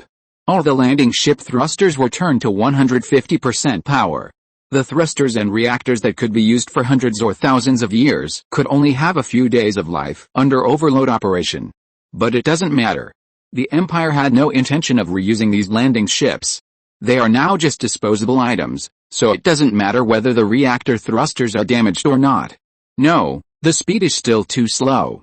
We must speed up again. The commander of the landing ship fleet looked at the Zerg battleships chasing behind and said angrily. Once these Zerg battleships entered their range, the Empire's landing ships would be in danger. Abandon all the heavy armor of the landing ships. Only keep the most basic light armor, the commander gritted his teeth and shouted. The officers in the bridge immediately cast their unbelievable eyes on the commander. They all began to wonder if the commander had surrendered to the enemy and wanted to kill the Empire's landing troops. Anyway, the armor of our small landing ships can't defend against any Zerg air defense facilities. Whether it's their plasma balls or large bone spur turrets, any attack that falls on our landing ships will only kill us, so we might as well give up the armor and pursue the ultimate speed. The commander looked at everyone with a deep look. Yes, sir. The officers were obviously convinced by this reason, and nodded and sent orders to the warships in the fleet. Countless metal fragments suddenly flew out of the Imperial landing fleet that was flying towards the Zerg mothership. These landing ships threw all the detachable armor on the ship into space. The only remaining ones were the light armor that was welded together and could not be detached. The Imperial fleet's move to throw away the armor suddenly increased their speed. After the heavy armor that accounted for 40% of the weight of the landing ship was thrown away, these landing ships suddenly rushed forward a long distance. But the Zerg warships following behind were not so happy. You have to know that the number of heavy armor fragments abandoned by 100 million Imperial landing ships is as many as billions. What is this concept? It's like when two bicycles are chasing each other at a speed of 120 miles per hour, the bicycle in front suddenly throws a lot of stones into the air. You can imagine how miserable it will be for the bicycle behind that crashes into these stones. You have to know that their speed has reached sublight speed. At this time, the damage caused by any small fragment is difficult to estimate, not to mention that the fragments of heavy armor abandoned by the Imperial landing ship are heavy armor fragments. These angular and heavy fragments were thrown backwards and hit by the oncoming Zerg warships. These armor fragments hit the front carapace of the battleship worm like shells. The battleship worm, which no longer has a shield, was attacked by these shells, and the front armor was cracked one after another, and some were even directly smashed into the body by these fragments. Before catching up with the Imperial landing ship, these Zerg battleship worms had already lost 20%. Another 20% of the seriously injured stayed in place to recover from their injuries. The Imperial landing fleet, which had not expected that its abandoned armor would have a miraculous effect, was still running desperately. The planet Zerg mothership in front of them, which had occupied most of the warship's screen, seemed to be right in front of them. Although it is common to run to the death in the universe, it only takes a few seconds for the Imperial landing ship at sublight speed. At this time, the air defense facilities on the Zerg mothership also began to operate at full capacity, and plasma turrets with hideous pipes inserted on their bodies rose from the ground. The tens of meters thick launch ports of these plasma turrets were wrapped by pedal-like structures, but the flashing blue electric light in them could already penetrate through the bulkheads of these turrets. In addition, some small spires with a height of only hundreds of meters among the high towers standing on the surface of the mothership began to vibrate continuously. Then these spires deflected slightly and pointed their spikes at the starry sky. All warships, disperse immediately. The landing fleet commander's heart suddenly tightened when he saw the flashing blue light on the ground, and a premonition of approaching death enveloped his heart. The Imperial landing ships, which were originally quite concentrated, continued to disperse around, and the distance between the warships continued to widen. At this time, tens of millions of blue electric lights rose from the red planet in front of the landing ship to the sky, shooting towards the landing fleet. When these blue electric lights flew closer, the officers on the warships could see their appearance clearly. These were plasma balls with a diameter of tens of meters. The blue plasma was releasing a trace of destructive breath. Of course, this was only a moment, and the speed of these plasma balls was not slow. When the Imperial officers saw their appearance, they had already reached the Imperial fleet. Fortunately, because the Imperial landing ships were moving irregularly and the distance was so far, the results of these plasma shells were very small. Only less than 100,000 Imperial landing ships were swallowed by these plasma balls and turned into slag. The loss of the Imperial clone soldiers was only 10 million, which was not a big deal for the tens of billions of clone troops. The Imperial landing fleet had just escaped the attack of the plasma balls, and the spires on the ground shot out bone spurs. These bone spurs, tens of meters long, suddenly bounced from the ground into the air under the push of muscles. In less than a second, they had broken through the atmosphere and reached orbit. At this time, their rear propulsion organs had just started to work. In a burst of yellow flames, these bone spurs were continuously accelerated and shot towards the Imperial landing ships. Because the Imperial landing ships lacked defensive weapons and had just dodged a plasma ball and had not yet reaccelerated, this wave of bone spur attacks had a very good effect. More than 1 million Imperial landing ships were directly penetrated by these bone spurs. The sharp bone spurs directly pierced the front armor of the Imperial landing ship and inserted into the Imperial landing ship. The flames at its tail directly roasted the clone soldiers in the Imperial landing ship in their positions.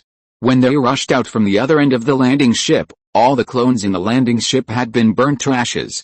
The landing ships that lost control circled and smashed into the surrounding landing ships, causing considerable casualties to the Imperial landing fleet again. But this was still within the acceptable range of the Empire. Although the Imperial landing fleet has lost nearly 2% of its warships, it has not yet approached orbit. Chapter 766 Massacre. The number of plasma balls flying on the ground continued to rise, and more plasma bugs came from the interior of the mothership to the surface to participate in the air defense mission. In less than 10 minutes, the anti-aircraft firepower of the Zerg mothership increased to twice its original size. When the Empire's landing fleet reached the orbit of the mothership, more than 20% of the landing ships had been wiped out by these plasma cannons. 2 billion Empire clone soldiers disappeared into space before they even stepped on the ground of the planet. At this time, the Empire's landing fleet had just entered the low Earth orbit of this planet, and landing had just begun. The Zerg Queen, who had already reacted, sent all the newly created hummingbird bugs to the direction of the Empire's fleet landing. The damage caused by these hummingbird bugs to the Empire's landing ships was far greater than the plasma ball and bone spur attack just now. Because these landing ships were not equipped with heavy weapons, their own light weapons could only cause some damage to these hummingbird bugs through concentrated fire. But there were too many hummingbird bugs. The number of just hatched batches has reached 50 million, and is still increasing rapidly at a rate of 1 million per second. Using their small bodies, these hummingbird worms shuttled through the fleet of Imperial landing ships, and the bone spur shells in their firing chambers occasionally fired at the Imperial landing ships passing by. If the landing ships were lucky enough to be hit by these bone spurs, they could still withstand these attacks with their armor. If they were unlucky and were pierced by these bone spurs in a weak defensive position, then these detonated bone spurs would tear the entire landing ship apart from the inside. The seemingly huge landing ships were nothing more than slow-moving targets and prey in front of these hummingbird worms. Not only were there no heavy weapons on their bulky bodies, but even the heavy armor was abandoned by the landing ships. They simply could not effectively defend against the bone spur shells of these hummingbird worms. In the flashes released by the explosions of landing ships, less than 50% of the landing ships rushed into the atmosphere of this planet. This atmosphere was obviously artificially created. When the Imperial landing ship entered, it was as if it had crashed into cotton. Not only did its speed slow down greatly, but the outer armor also heated up sharply due to friction.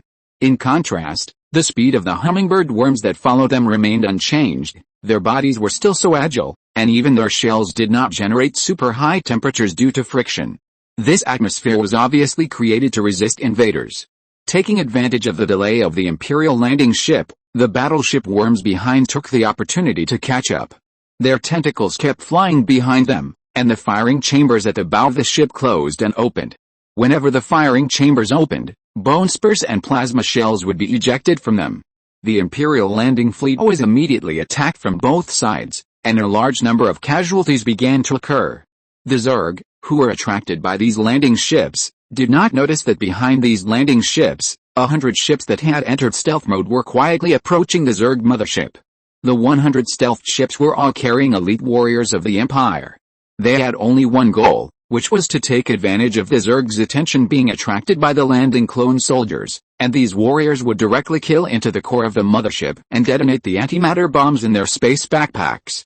At this time, the Zerg Queen was not really concerned about the landing of the Imperial landing ships. Because even if more Imperial soldiers landed on the mothership, it would not cause any harm to her. After all, this mothership not only carried tens of billions of advanced Zerg units, but it was also the body of the Zerg Queen. Any creature that landed on her body would be familiar with all the dynamics, and she could even control her own organization to kill these landing bugs. As for if the Empire wanted to detonate antimatter bombs on it, she had her own way to deal with it. Now her main focus was on the Imperial fleet on the battlefield not far away, because in her opinion, the threat of these fleets to her was far greater than that of these landing Imperial clone soldiers. If the clone soldiers who were landing knew what the Zerg Queen was thinking, they would definitely stamp their feet and beat their chests, wanting to cry but without tears. It felt that their current life and death situation was the result of the Zerg Queen's casual actions. If the Queen was determined not to let them land, then wouldn't they have no chance at all? In the landing ship leading the Imperial landing fleet, The whistling cold wind poured in from the holes that were blown out around the landing ship. The commander couldn't help but frown when he heard the howling sound of the wind. That sounded like the sobbing of hundreds of ghosts. As a command ship, this landing ship had specially strengthened armor, but even so, it was still riddled with holes. More than 20 soldiers had already died in these explosions, and this landing ship was running out of fuel, and even the thrusters began to strike from time to time. It is very likely that this landing ship can no longer hold on to land, and the other landing ships in the fleet are basically in a similar state. After all, there are too many flying bone spurs and plasma shells. Even if they are not directly hit, it will not be good to be touched by these attacks. Sir, we can't hold on any longer. If the Zerg continues to attack, we will all be killed here. A soldier moved step by step to the commander's side in the whistling wind and shouted loudly. The plasma shells just now caused the communication system of this landing ship to go on strike. It will take a long time to recover. If they want to communicate, they can only rely on shouting. As clone soldiers, these soldiers are not equipped with mental linkers, so they can only use this primitive means of communication. Wait for my order. Everyone prepare to drop directly. The commander nodded slightly after hearing this. He also knew that his men could not hold on any longer. This landing ship could disintegrate in the air at any time. At this time, another bone spur shell penetrated the hull and pierced the soldier who just shouted out directly and took him out of the landing ship. The commander's arm just stretched out weakly in the air twice and then retracted his hand in despair. After all, the speed of these bone spur shells was too fast. By the time he reacted, this bone spur shell had penetrated the entire landing ship. Fortunately, the bone spur shell only penetrated the ship and did not explode inside the landing ship, otherwise everyone on the ship would have been blown to ashes. At this moment, the commander suddenly discovered that the sky full of fire that had illuminated the starry sky due to the fierce battle between the two sides suddenly disappeared, and the lights inside the ship were no longer flickering. Chapter 767, Surrounded. The commander knew that the landing ship had already passed through the atmosphere. Because the spacecraft had been decelerated, the friction of the air outside could no longer generate high temperatures, and the positions used to shield the high temperatures in the warship had also been closed. All soldiers, abandon the ship immediately and conduct a forced airborne landing, the Imperial commander, knowing that the time had come, shouted loudly. At this time, the communication system was back online, and all the clone soldiers heard his voice. In an instant, the armor under all the landing ships was ejected into the air, and small black dots fell out of these landing ships. It was like ink rain in the sky, and countless black dots covered the sky. These black dots were the clone soldiers of the Empire. After they pressed a forced airborne button, the fixed locks behind them were all opened, and the floor under them was instantly emptied. All the clone soldiers were thrown out of the landing ship. If it were not for the large distance between these landing ships, the possibility of these clone soldiers being killed by their own spaceships would be greater than being killed by enemy shells.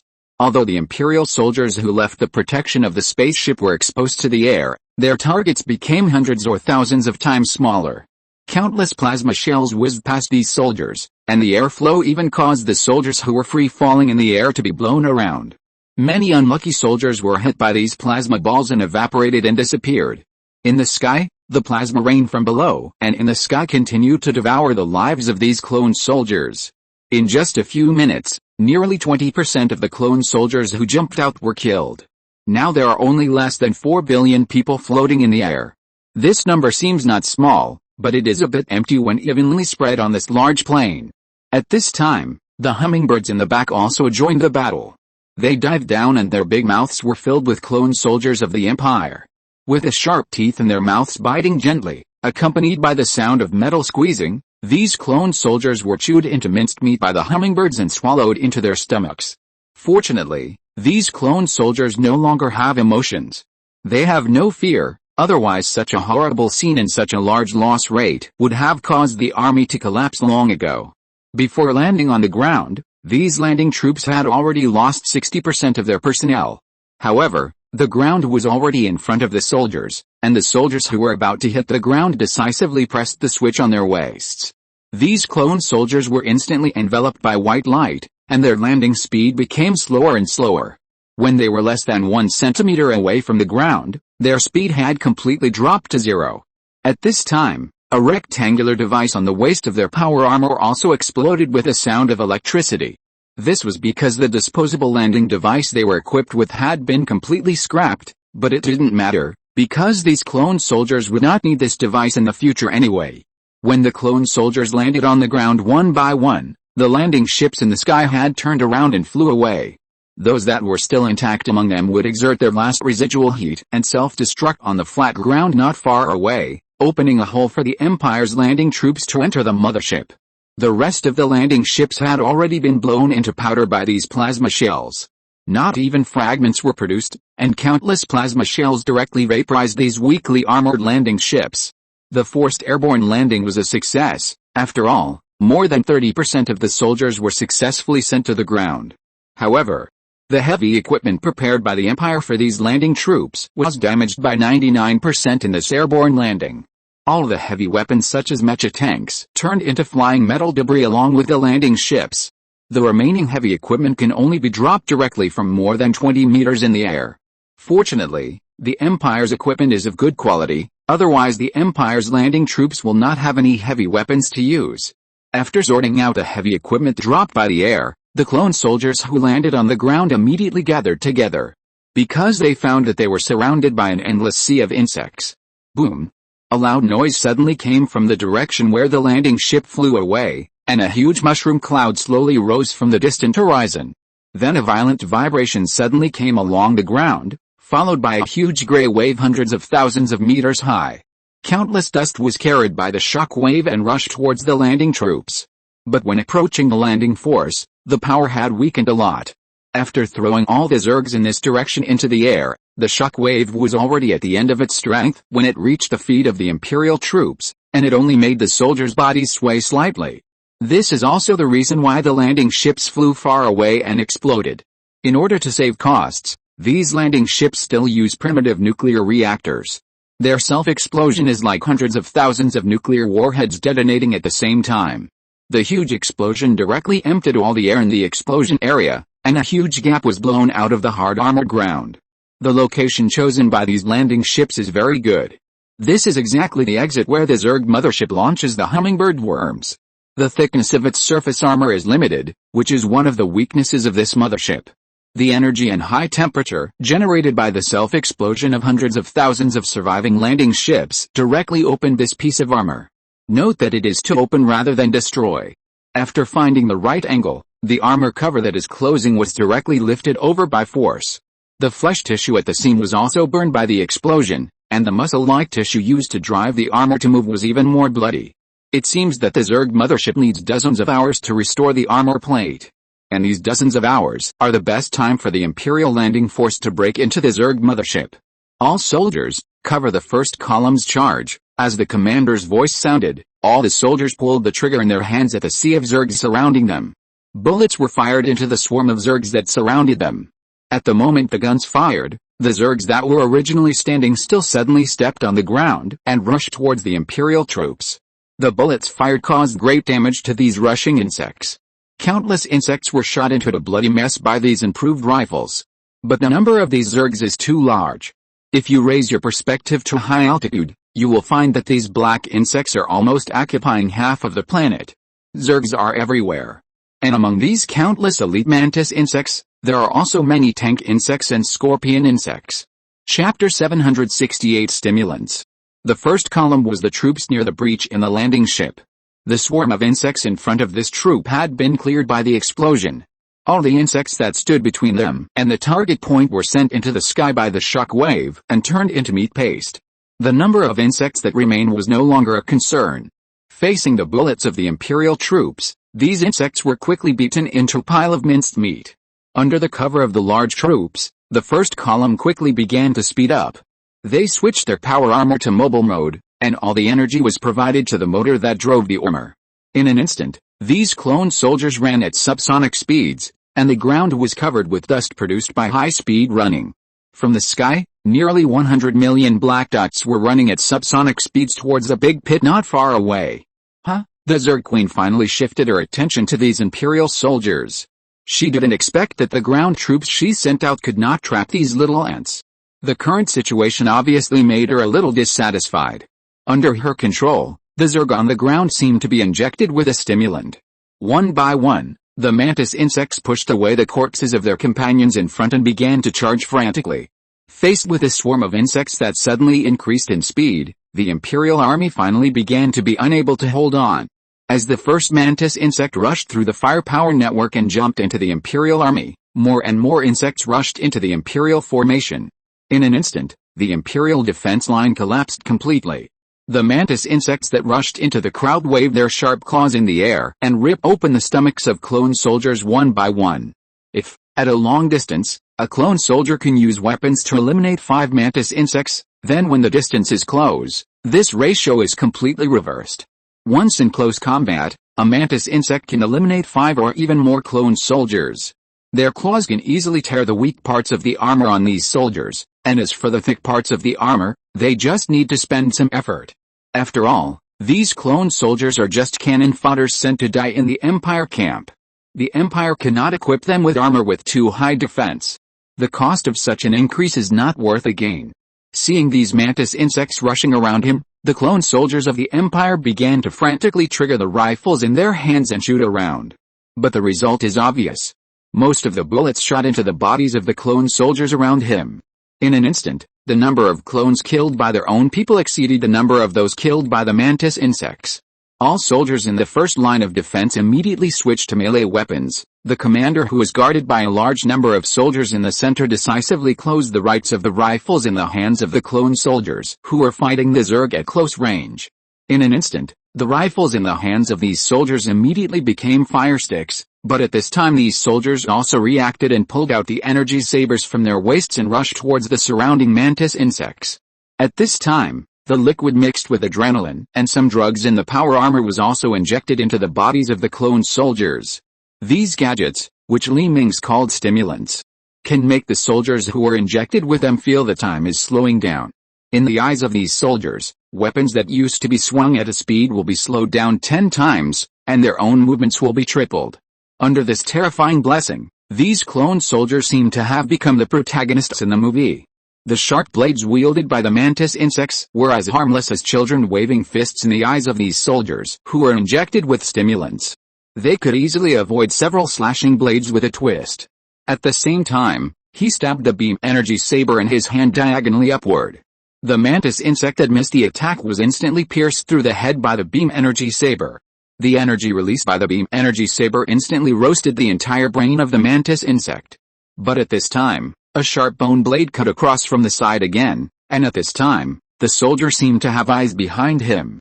As he exerted force with both hands, the whole person flew into the air and flipped behind the killed mantis insect, avoiding the attacking bone blade. At the same time, he reached out from his waist and pulled out a light electromagnetic hand cannon with only 3 rounds of charge, aimed at the bug that had just wielded the bone blade to attack, and pulled the trigger. With a loud bang, the bug's entire head was instantly blown away and exploded, and its huge body fell powerlessly to the ground. Its heavy shell was so vulnerable in front of this hand cannon designed specifically for the Zerg. Even though the range of this weapon was only about 10 meters, it was the most suitable weapon for the battlefield at this time. At this time, the military fighting skills that were instilled in the memory of these clone soldiers when they were created, which integrated various fighting techniques, martial arts, swordsmanship, gun-fighting techniques, etc., came in handy. Most of the soldiers who were injected with stimulants adopted the tactic of holding a knife in one hand and a hand cannon in the other. Their figures kept shuttling in the swarm of insects, and the beam energy sabers in their hands cut unhealable grooves on the bodies of these insects.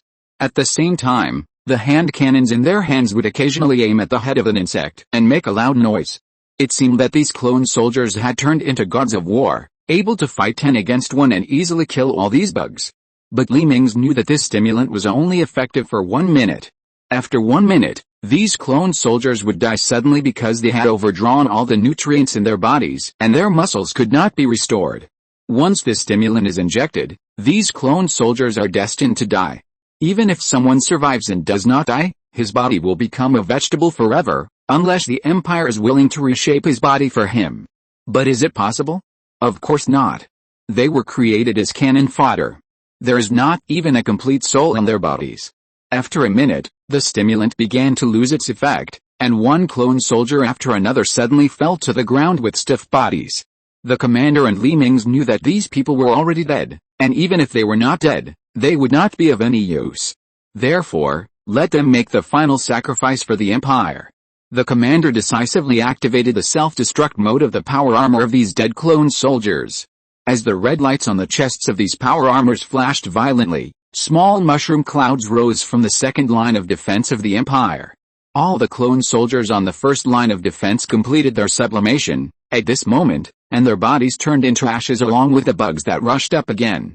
If you're listening to this novel on a channel other than Fanfic World, it means they downloaded and uploaded it without effort. We cordially invite you to visit our channel, Mundo Fanfic Novelis. There you'll find the original version of this story and you can explore many other novels of various genres. We're waiting for you to immerse yourself in a world of incredible novels. Chapter 769 Hatchery in the Mothership. The pressure on the second line of defense was reduced immediately. The explosion just now directly cleared a large area of Zerg swarms. It would take some time for the Zerg to fill these gaps. At this time, the Empire's troops were also moving closer and closer to the entrance of the Zerg mothership. The Zerg Queen, who had spared a little energy to observe the Empire's landing troops, could not help but frown. The outbreak of those Imperial soldiers just now was really not to be underestimated. On average, each Imperial soldier killed nearly 6 mantis insects after the outbreak. If the mantis insects they killed with rifles were counted, the Zerg and these Imperial landing troops had a battle loss ratio of an astonishing 10-1. In other words, for every 10 mantis insects lost, 1 Imperial clone soldier could be taken away. Such a battle loss ratio undoubtedly made the Queen very dissatisfied. She was now somewhat dissatisfied with the combat effectiveness of her Zerg ground units. She could even reach a battle loss of 10-1 against the opponent's ground forces. You know, this was still on her territory. The Queen, who was no longer planning to continue playing around, decided to do it herself. She controlled her main body, that is, this planet-sized mothership, and stretched out her claws. At this time, on the plain where the Imperial landing troops were located, huge red tentacles suddenly rose from the ground, throwing all the Imperial soldiers who were blocking the top of these tentacles into the air. As more and more tentacles rose from the ground, the Imperial clone soldiers found that they seemed to be in a jungle of tentacles. Everywhere they could see was covered by the towering red tentacles, and between these tentacles, hummingbirds began to appear. The number of hummingbirds that had been hiding just now had increased to a terrifying level. The sunlight in the sky was also blocked by these hummingbirds as they kept shuttling through the tentacles. The defense line no longer existed under the attack of the tentacles, and the Imperial clone soldiers felt what despair was. Of course, because they had no emotions such as fear, the battle of the Imperial clone soldiers was not affected. If they were ordinary Imperial Marines, facing these thousands of meters high, still waving tentacles and the hummingbirds that covered the sky, they would have collapsed long ago. However, these clone soldiers continued to fight, not affected at all, which also strengthened Mingze's belief in continuing to expand the clone army. A large number of tentacles began to fall from the sky and hit the ground, and a large number of Imperial clone soldiers who could not dodge were smashed into meat paste. The power armor on their bodies also exploded before being scrapped, but the effect of this explosion was no longer so obvious. Facing these tentacles with a diameter of tens of meters, the energy generated by the explosion of the power armor reactor only blew hundreds of small holes on their bodies. And these holes actually recovered as before after the tentacles squirmed. There was no abnormality at all. The commander, who noticed the change in the situation, decisively ordered all troops to stop resisting stubbornly and set entering the pit alive as the highest priority task. Anyway, their resistance had no effect on these tentacles. After receiving the new order, these clone soldiers decisively put down their guns and began to run towards the target point. At this time, in the lower orbit of the Zerg mothership, 100 stealth landing ships adjusted their angles and began to rush towards the atmosphere. At this time, the Sith warriors in these spaceships simultaneously placed their hands on a raised glass column in front of them, and the Sith power in their bodies began to flow into the glass column through their hands. A layer of Sith power suddenly appeared around the warships that were supposed to be slowed down by this strange atmosphere. This position pushed the surrounding special gases and unknown substances far away from the spaceships. In this way, the Empire's 100 spaceships did not produce any abnormal phenomena when passing through this atmosphere. In addition, They were always in stealth, so the Zerg Queen did not discover the 100 intruders. At this time, Li Mingze sighed. It is true that price determines quality. The stealth effect of this stealth-type landing ship, which is enough to match the stealth effect of 100 Zeus III warships, is really not exaggerated. If it were not too expensive, Li Mingze really wanted to replace all landing ships with a stealth type. Taking advantage of the Zerg's focus on the main fleet and landing troops, the 100 infiltrating landing ships flew directly into the Zerg mothership through the open hole. After entering the mothership, Li Mingze discovered that the blown open entrance was not a hangar-like existence, but a network-like channel existing in the mothership. This channel is connected in all directions, connecting various important parts inside the Zerg mothership. At the same time, the walls of these channels are also extremely hard, enough to block large-yield weapon attacks. At the intersection of these channels, there are pedal-like protective structures that can trap some explosions in this section of the channel and prevent them from spreading outward. However, these pedal-like structures will not bother the Empire's stealth landing ships, because from time to time, Zerg hummingbird swarms will fly out from the inside of the mothership. When they pass through these pedal-like structures, the pedal-like structures will naturally open for these hummingbird worms to pass through. At this time, the stealth landing ship will directly pass by the hummingbird worms and fly into the next section of the channel along the open door.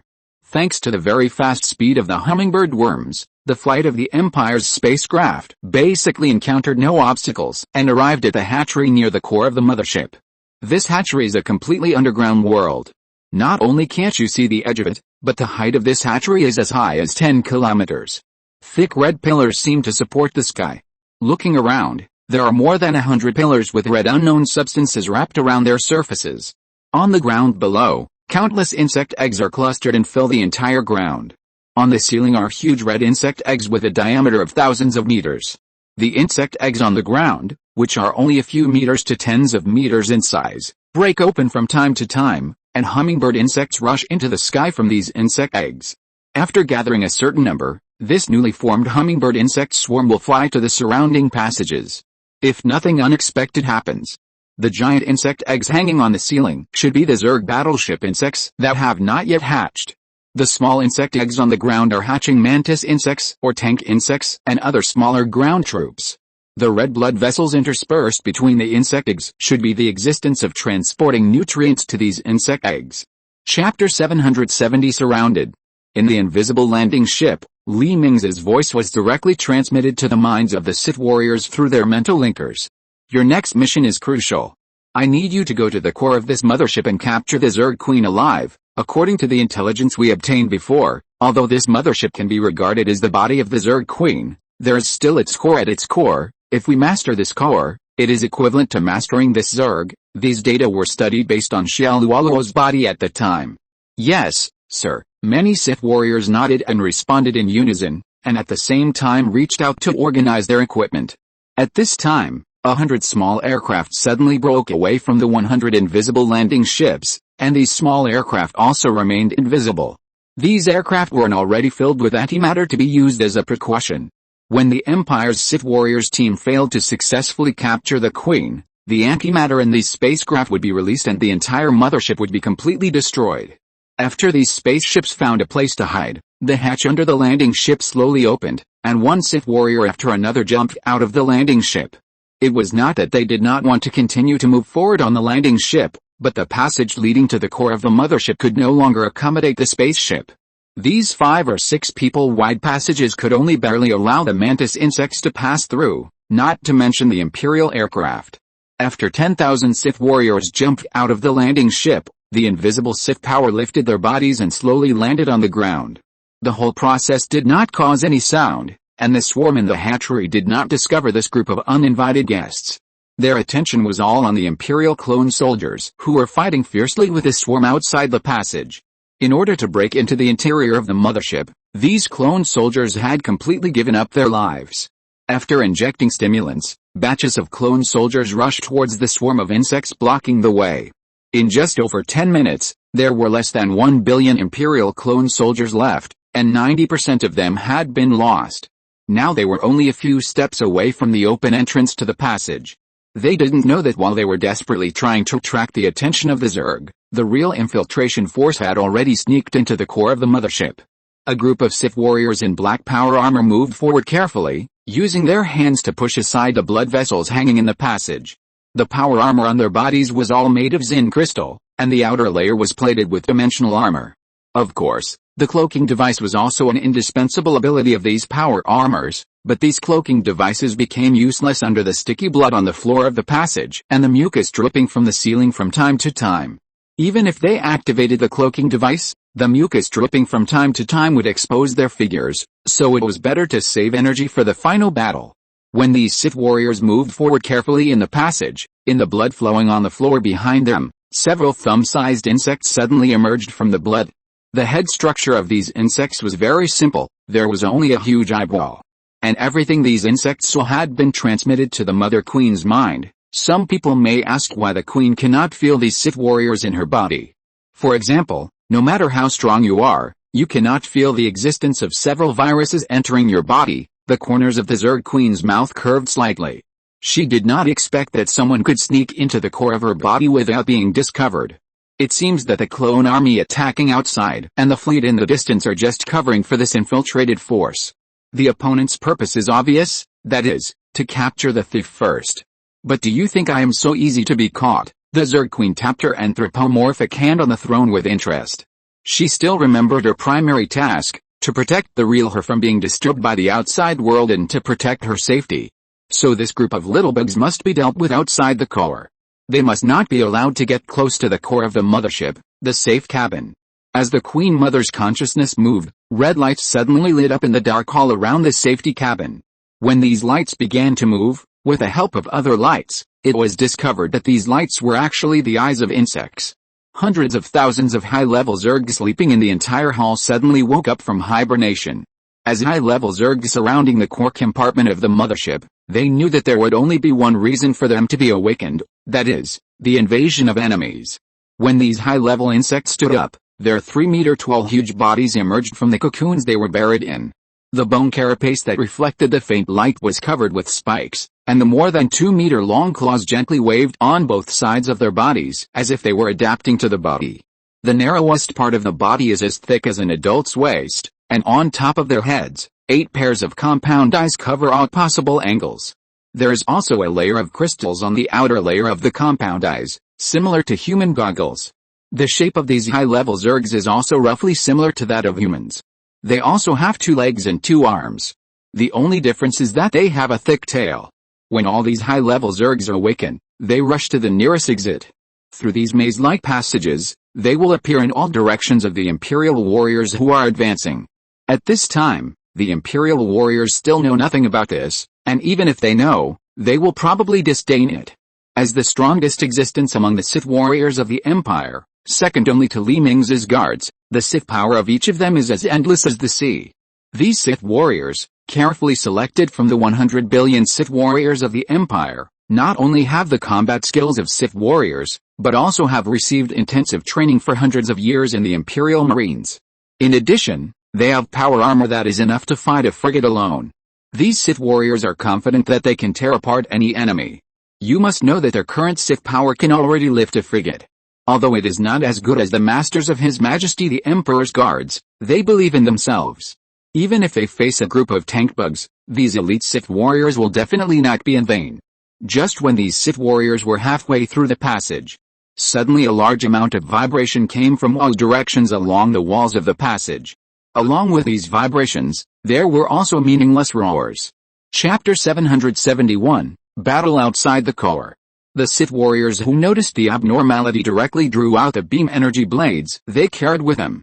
For these Sith warriors who could control the power of Sith, the lethality of rifles was far less than that of the swords in their hands.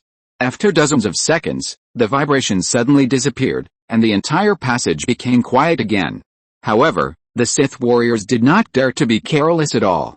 After all, they were now in the enemy's hinterland and could be ambushed by the enemy at any time.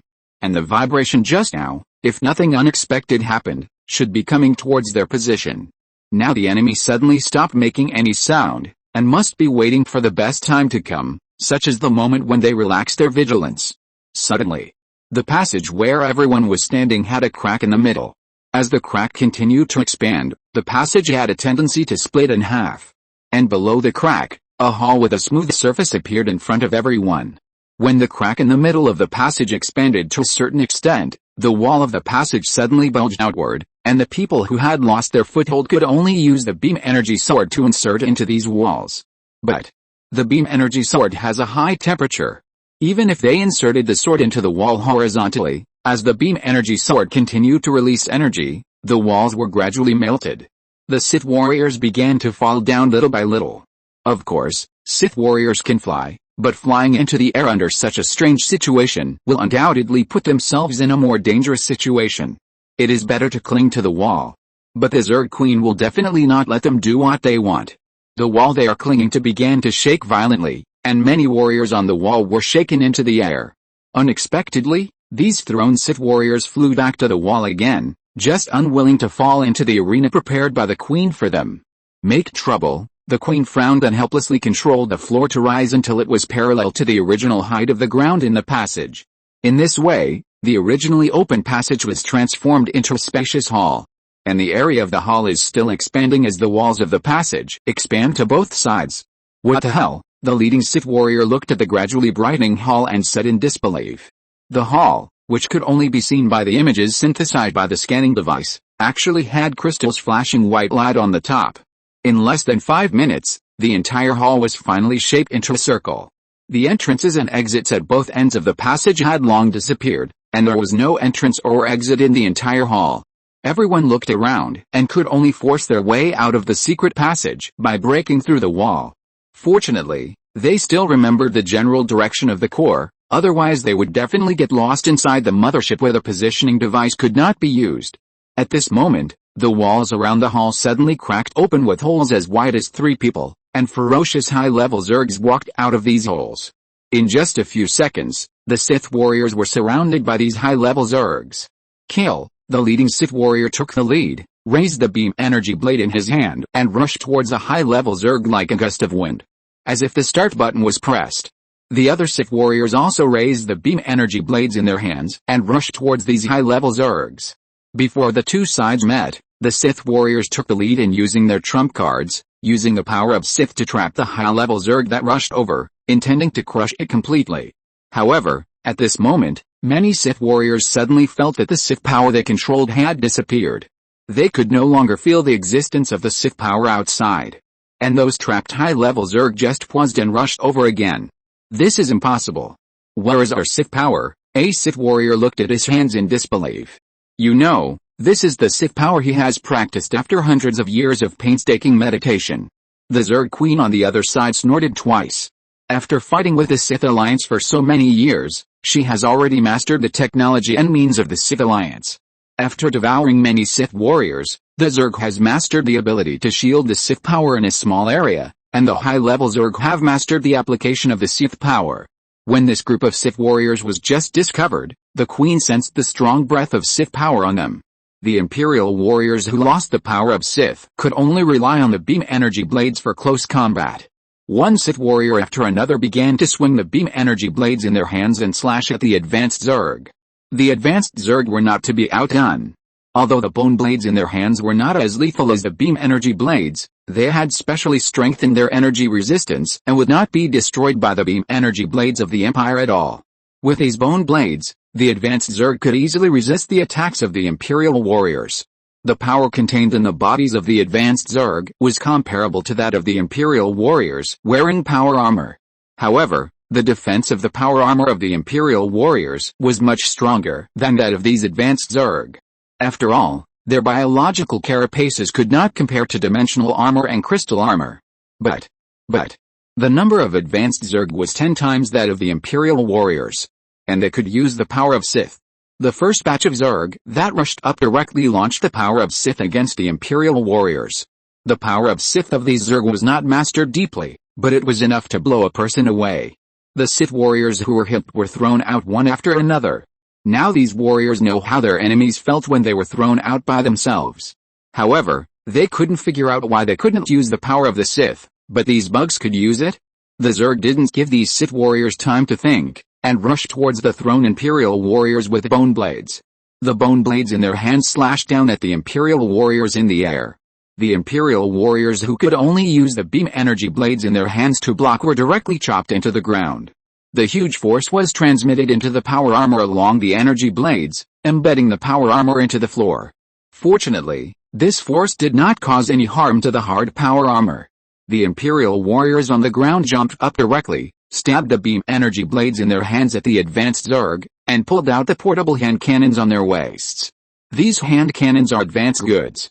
Unlike the weak attack power and shooting range of the hand cannons equipped by the clone soldiers, the armor-piercing ability of these hand cannons is comparable to the main guns fired by armored vehicles. If the cost was not too high, Mingze would have popularized this hand cannon long ago. But now, these weapons that the Sith warriors used to disdain to use have become their life-saving straw. This book will be finished in 20 to 50 chapters. I hope that those who are still reading pirated copies can subscribe to the last part. At the same time, thank you brothers who are still following. Thank you. Chapter 772, Total Annihilation. However, just as these shells flew out of the muzzles of the hand cannons, these high-level Zergs actually used the power of Sith to deviate the shells from their trajectories. The shells that were supposed to hit these high-level Zergs actually flew out from the tops of their heads, rubbing against the bone armor on their heads. The most serious damage caused was that some of the bone armor was plowed out with a long mark. Of course, some unlucky people were hit by these shells that changed their trajectories. After losing the power of Sith, the only ability left for these Sith warriors was the swordsmanship they had practiced for many years, but facing these insects that could use the power of Sith, they were instantly at a disadvantage. When the first high-level Zerg inserted its claws into the chest of an Imperial warrior, the massacre began. The long battle caused the Zerg to lose half of its high-level Zergs, but these lost high-level Zergs also broke the defense of these Sith warriors' power armor. The armor on the chests of these Sith warriors was already covered with knife marks, and the bone blades that could heat the blades by releasing energy left slight marks on these spar armors. The fatal damage actually came from the blood sprayed by the high-level Zerg after their death. This blood seemed to soften the strength of the Imperial warrior's armor, allowing the bone blades of the Zerg to easily penetrate these crystalline armors without the protection of dimensional armor. After the massacre began, one Sith warrior after another was unwillingly pierced by the bone blades of these high-level Zergs, and his whole body collapsed to the ground powerlessly. As these high-level Zergs swung their bone blades, these Sith warriors who had been stabbed to death were thrown to the wall on the side. Through the knife wounds on the chests of these Sith warriors, it can be clearly seen that the areas around the chest wounds of these Sith warriors have been burned red. Obviously, the cause of the death of these Sith warriors with extremely strong physical fitness is the high temperature carried by these bone blades. Fight. I'll fight you. When the leading Sith warrior came to his senses, he was the only one left in the entire hall. After he quietly pressed a switch on his belt, he raised the beam sword and rushed towards the nearest insect. Puff. With the sound of an object being penetrated, the Sith warrior commander was pierced through the body by several bone blades from all angles. The Zerg seemed to deliberately not want to kill the commander, and did not release energy on the bone blades that penetrated his body. Blood began to flow out from the commander's wound, and along the edges of his power armor, the blood dripped on the smooth floor with a dripping sound. Submit to us, we will give you a quick death. A senior Zerg walked up to the commander and said in a deep voice. Haha, delusion. The Sith warrior commander directly used his mind to command the atomic robot in his body to destroy all his brain cells.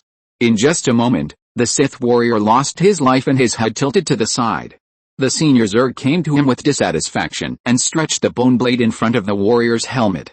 As he exerted force, the warrior's helmet was cut in half from the middle, and then several tentacles stretched into his brain through the Sith warrior's nostrils. After a while, the senior Zerg shook his head helplessly. The brain of the man in front of him was completely necrotic, and he could not read any useful information at all. Then, the other senior Zergs cut open the helmets of the Sith warriors on the ground one by one, trying to see if they could read any useful information.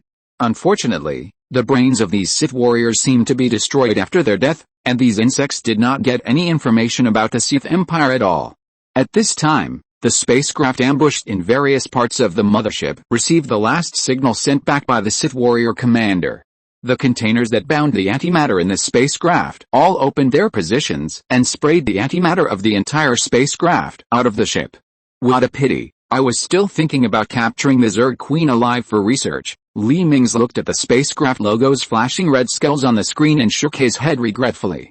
According to the plan, if the capture failed, the antimatter stored in these spacecrafts would be released, directly destroying the Zerg mothership from the inside. However, after several minutes, the mothership did not undergo any abnormal changes, let alone an explosion, and even abnormal energy reactions were not detected. What happened? Could it be that these spaceships have malfunctioned? Li Mingze walked to the console and asked. If there was a malfunction, there should not be any explosions.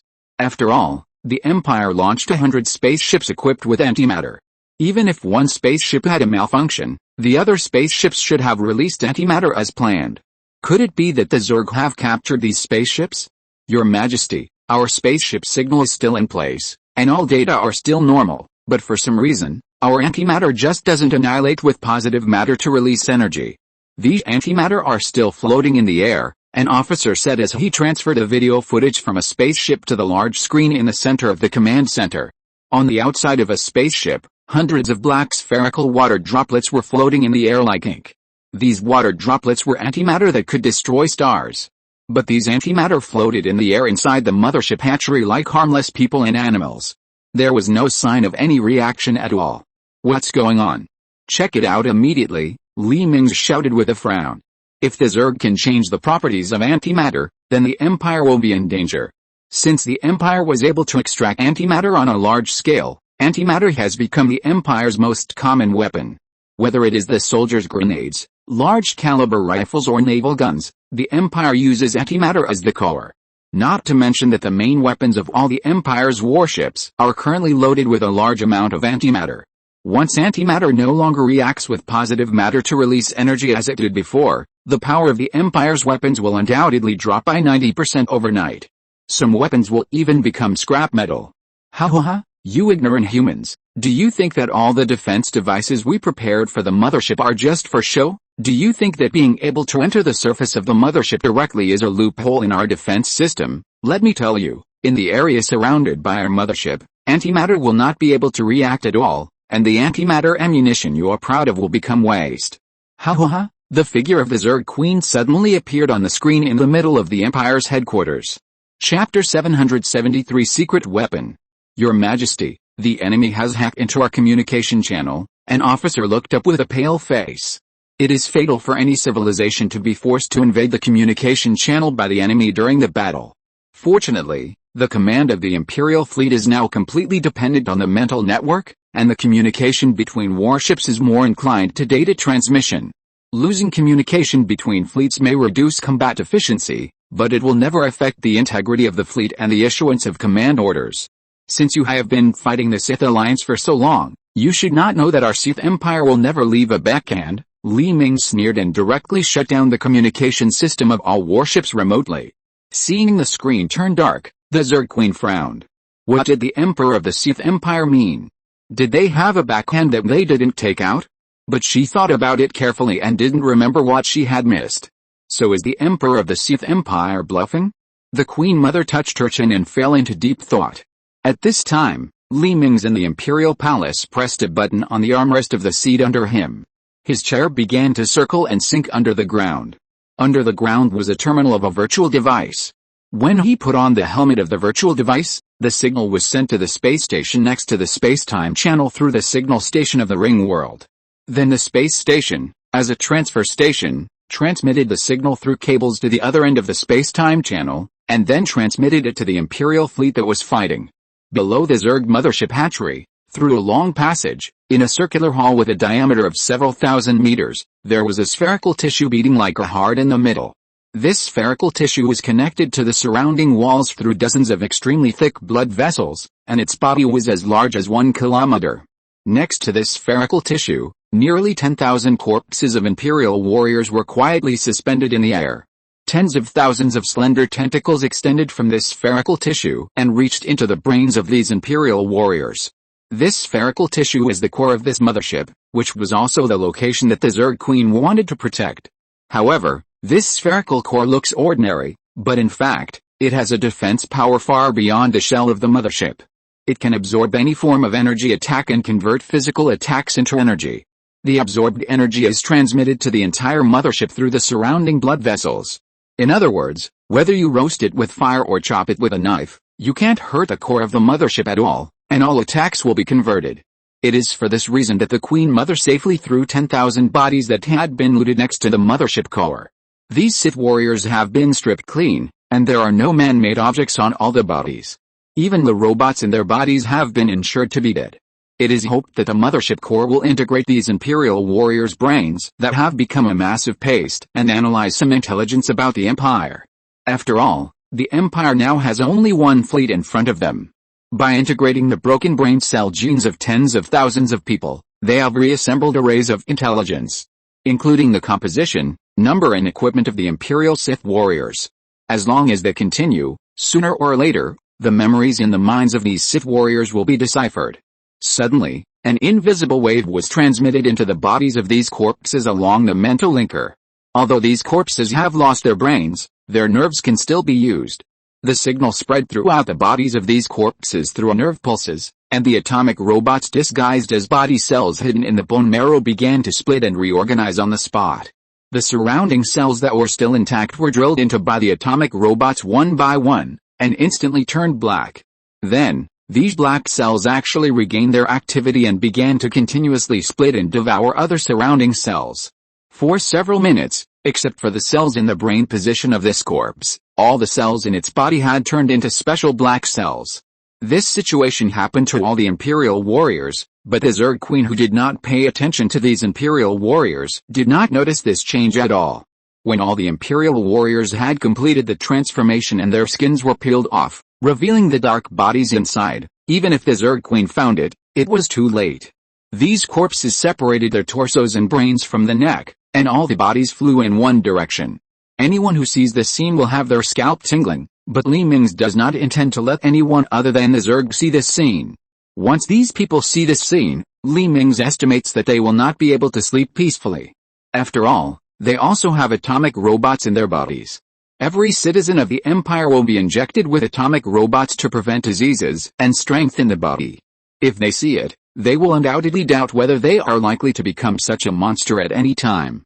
It is precisely because of this that the experiments of this plan are carried out in a highly confidential manner.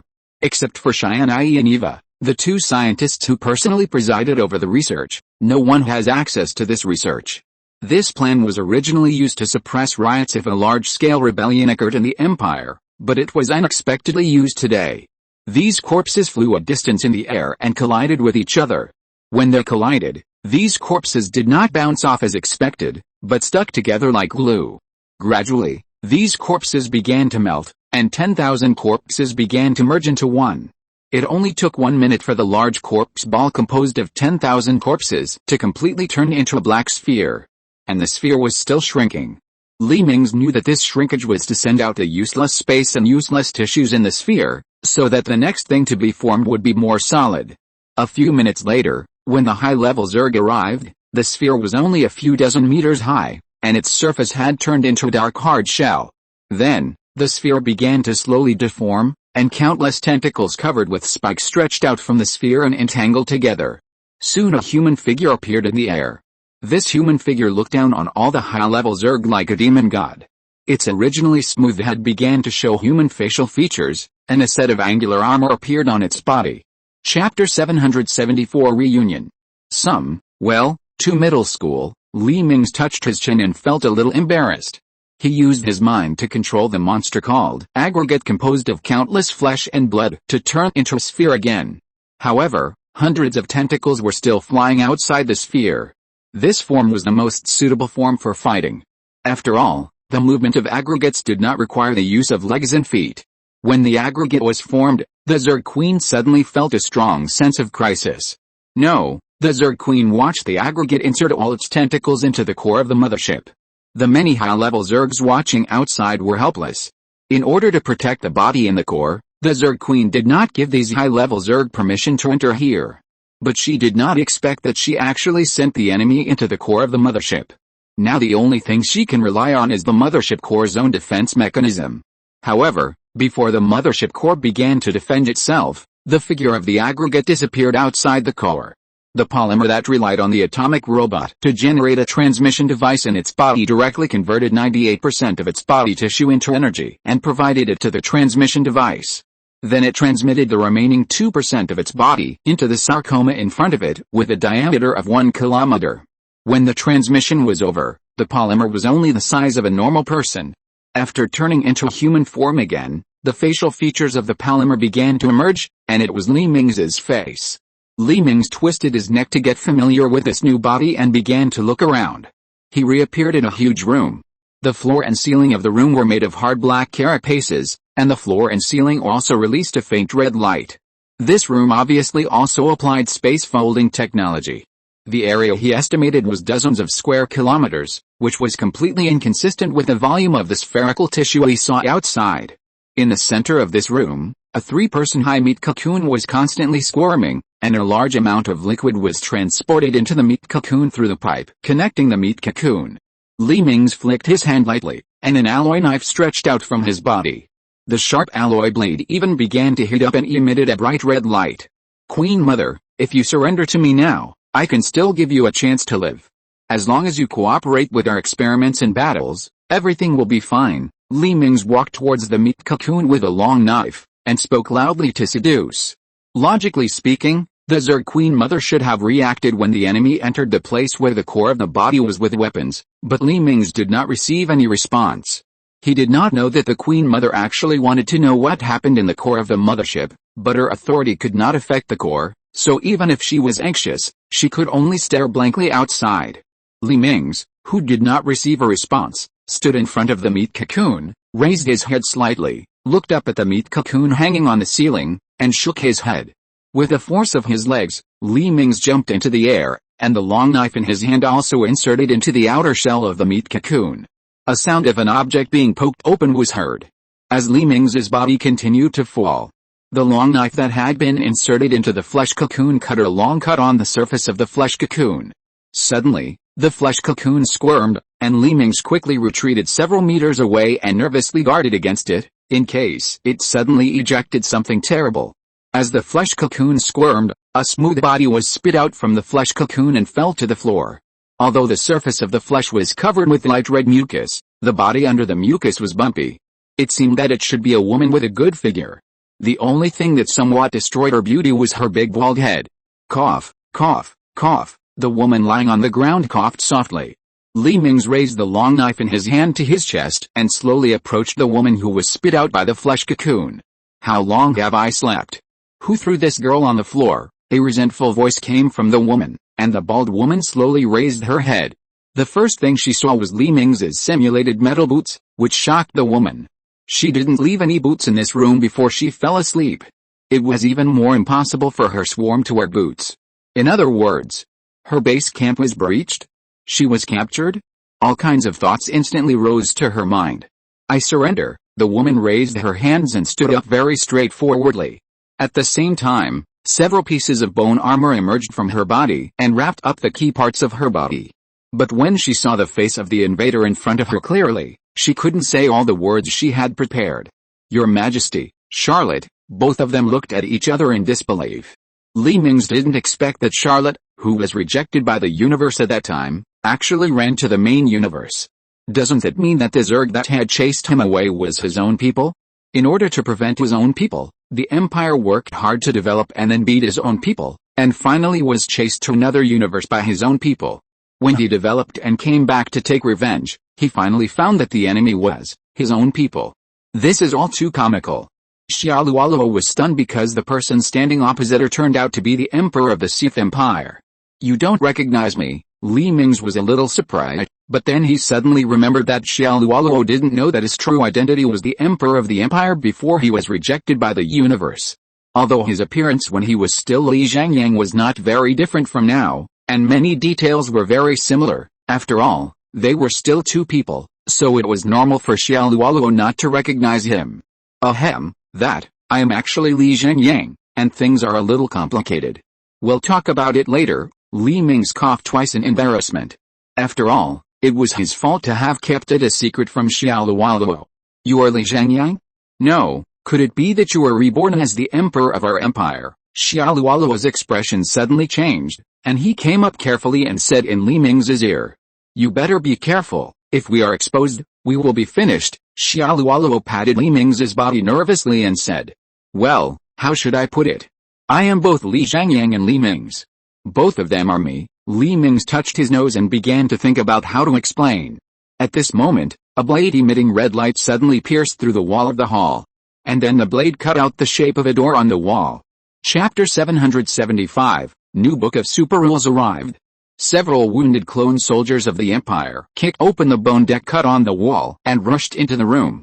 "Don't move." The soldiers raised their rifles and aimed at Li Mingze and Xiaoluoluo, who were standing in the middle of the hall. Li Mingze turned his head subconsciously, and his appearance startled the soldiers. "Long live His Majesty!" Several soldiers saluted subconsciously, but then they realized that it was impossible for the emperor of their empire to stay in the core of the Zerg mothership. "Don't move. Who are you? You actually pretended to be our emperor." The soldiers raised their rifles again and pointed the muzzles at Li Mingze and Xiaoluoluo. Li Mingze frowned slightly and stretched out his hand to these soldiers. The power armor of these soldiers was instantly paralyzed in place. The soldiers' authority was all locked, and they could not control their power armor at all. "I am Li Mingze himself. Put down your weapons," Li Mingze said to these soldiers in a deep voice, and then restored the authority of these soldiers. The soldiers were slightly stunned when they saw the unlocked power armor permissions, and hurriedly stood still and saluted. At this time, Eva's order was also transmitted to the soldiers' communicators through the relay, and the clone soldiers completely believed that the man in front of them was really the Emperor of the Empire. They secretly tightened their hands on the hand cannon and slowly let go, and the safety of the rifles in their hands was locked again.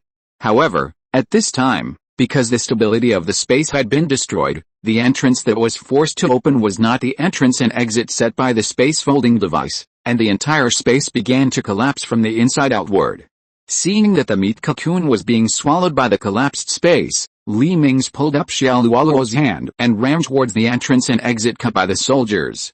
When a group of people escaped from the core of the mothership and jumped into the space around the core, Li Mingze was slightly relieved. Looking back at the core of the mothership that had shrunk into a small ball, Li Mingze turned his head to look at Xiaoluoluo. "The destruction of the mothership core has no bad effect on you, right?" Li Mingze asked uncertainly. "No impact. This core is just for me to store my body. As long as this mothership is not completely destroyed, I will not die." Xiaoluoluo shook her head gently. Obviously she had accepted the fact that she was not human. "That's good," Li Mingze nodded. "How did you rush in? Did you meet those high-level Zerg?" Li Mingze turned his head to the clone soldier beside him and asked. He knew that those high-level Zerg were not ordinary powerful. So many Imperial Sith warriors were killed by them, which shows how powerful these high-level Zerg are. The clone soldier shook his head, reporting to Your Majesty, "We don't know why. More than 10 minutes ago, the swarm of Zergs besieging us suddenly dispersed, and we rushed here directly on the returning stealth landing ship. As for the high-level Zerg you mentioned, they have all been captured by us because they can't move." Li Mingze suddenly realized that it seemed that because he released the real Queen Mother Xiaoluoluo, the Queen Mother who originally replaced Xiaoluoluo to perform the mission had been automatically destroyed. The Zerg swarm that lost the control of the Queen Mother retreated and disappeared directly. These high-level Zergs were directly controlled by the Queen Mother because they were robots similar to the Queen Mother's guards. After the Queen Mother disappeared, their authority was transferred to Xiaoluoluo. At that time, Xiaoluoluo was staring at Li Mingze, and these soldiers easily captured these immobile high-level Zergs and successfully came to the core of the Zerg mothership. Li Mingze took Xiaoluoluo and a group of clone soldiers through a long passage and came to the hatchery of the Zerg mothership. What they saw was the busy scene of the clone soldiers carrying them. They were in groups of 2, and they were carrying those high-level Zergs on their shoulders. Because there was no order from the Queen Mother, these poor high-level Zergs directly entered the petrified state and were at the mercy of those clone soldiers. Similarly, because the Queen Mother who was originally loyal disappeared, the authority was transferred back to the Zerg fleet in Xiaoluoluo's hands, and because they did not receive the latest order, they stopped attacking. However, because of the survival instinct of organisms, these biological warships all evacuated the battlefield. Knowing the reason, the Imperial fleet would certainly not attack these warships again. After all, these biological warships might be used by the Empire in the future. After confirming that it was safe, the Imperial fleet flew directly into the orbit of the Zerg mothership. Shuttles loaded with clone soldiers landed from the Imperial warships to the surface of the mothership. At the same time, a large number of biological scientists relied on the consciousness descent equipment to control the clones to board the spacecraft and enter the interior of the mothership. Since the Zerg swarm is no longer a threat, they must hurry up to study the Zerg mothership. When Li Mingze brought Xia Luoluo to a spaceship and prepared to leave, the scientists of the Empire had quickly built an experimental base in the hatchery of the mothership. Xia Luoluo, who left the core, also received the life memory of the surrogate Mother Queen, who she split out to manage the Zerg for her. Everything that happened to the Zerg during her sleep was transmitted to her mind. After Xia Luoluo and Li Mingze returned to the Imperial flagship, Li Mingze took Xia Luoluo directly to the lounge. After confessing everything to Xia Luoluo, Li Mingze stopped talking. After all, this information was enough for Xia Luoluo to digest for a while. Xia Luoluo opened her mouth in shock, and her mouth kept closing as if she wanted to say something, but she didn't say it. Li Mingze smiled bitterly. After all, not everyone can accept that the person they like has deceived them. Why didn't you say it earlier? If you had said it earlier, we would have worked so hard to join the army.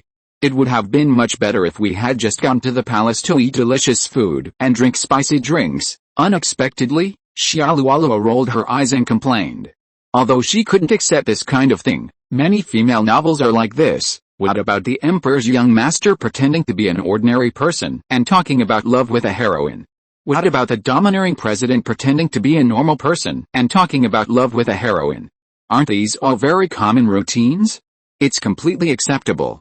As a 5-good young woman who traveled from the 21st century and has read many novels, Xia Luoluo said that these were not enough to shock her to the point of being speechless. By the way, this might be something you're interested in. Xia Luoluo suddenly remembered something and stretched out her hand in front of Li Mingze. What is that? Li Mingze looked at Xia Luoluo's empty hands and asked in confusion. Of course it's the new book of super rules. Xia Luoluo's tone changed, and the new book of super rules floated out of her palm little by little. When the mothership was invaded, the new book of super rules was sent into Xia Luoluo's body by the surrogate Mother Queen. After all, her place was the safest place on the mothership. End of this chapter. Thank you very much for reaching the end. Don't forget to like. Looking for more exclusive content and immediate access? Subscribe to our Patreon. Remember, every like, subscription, or donation encourages us to continue.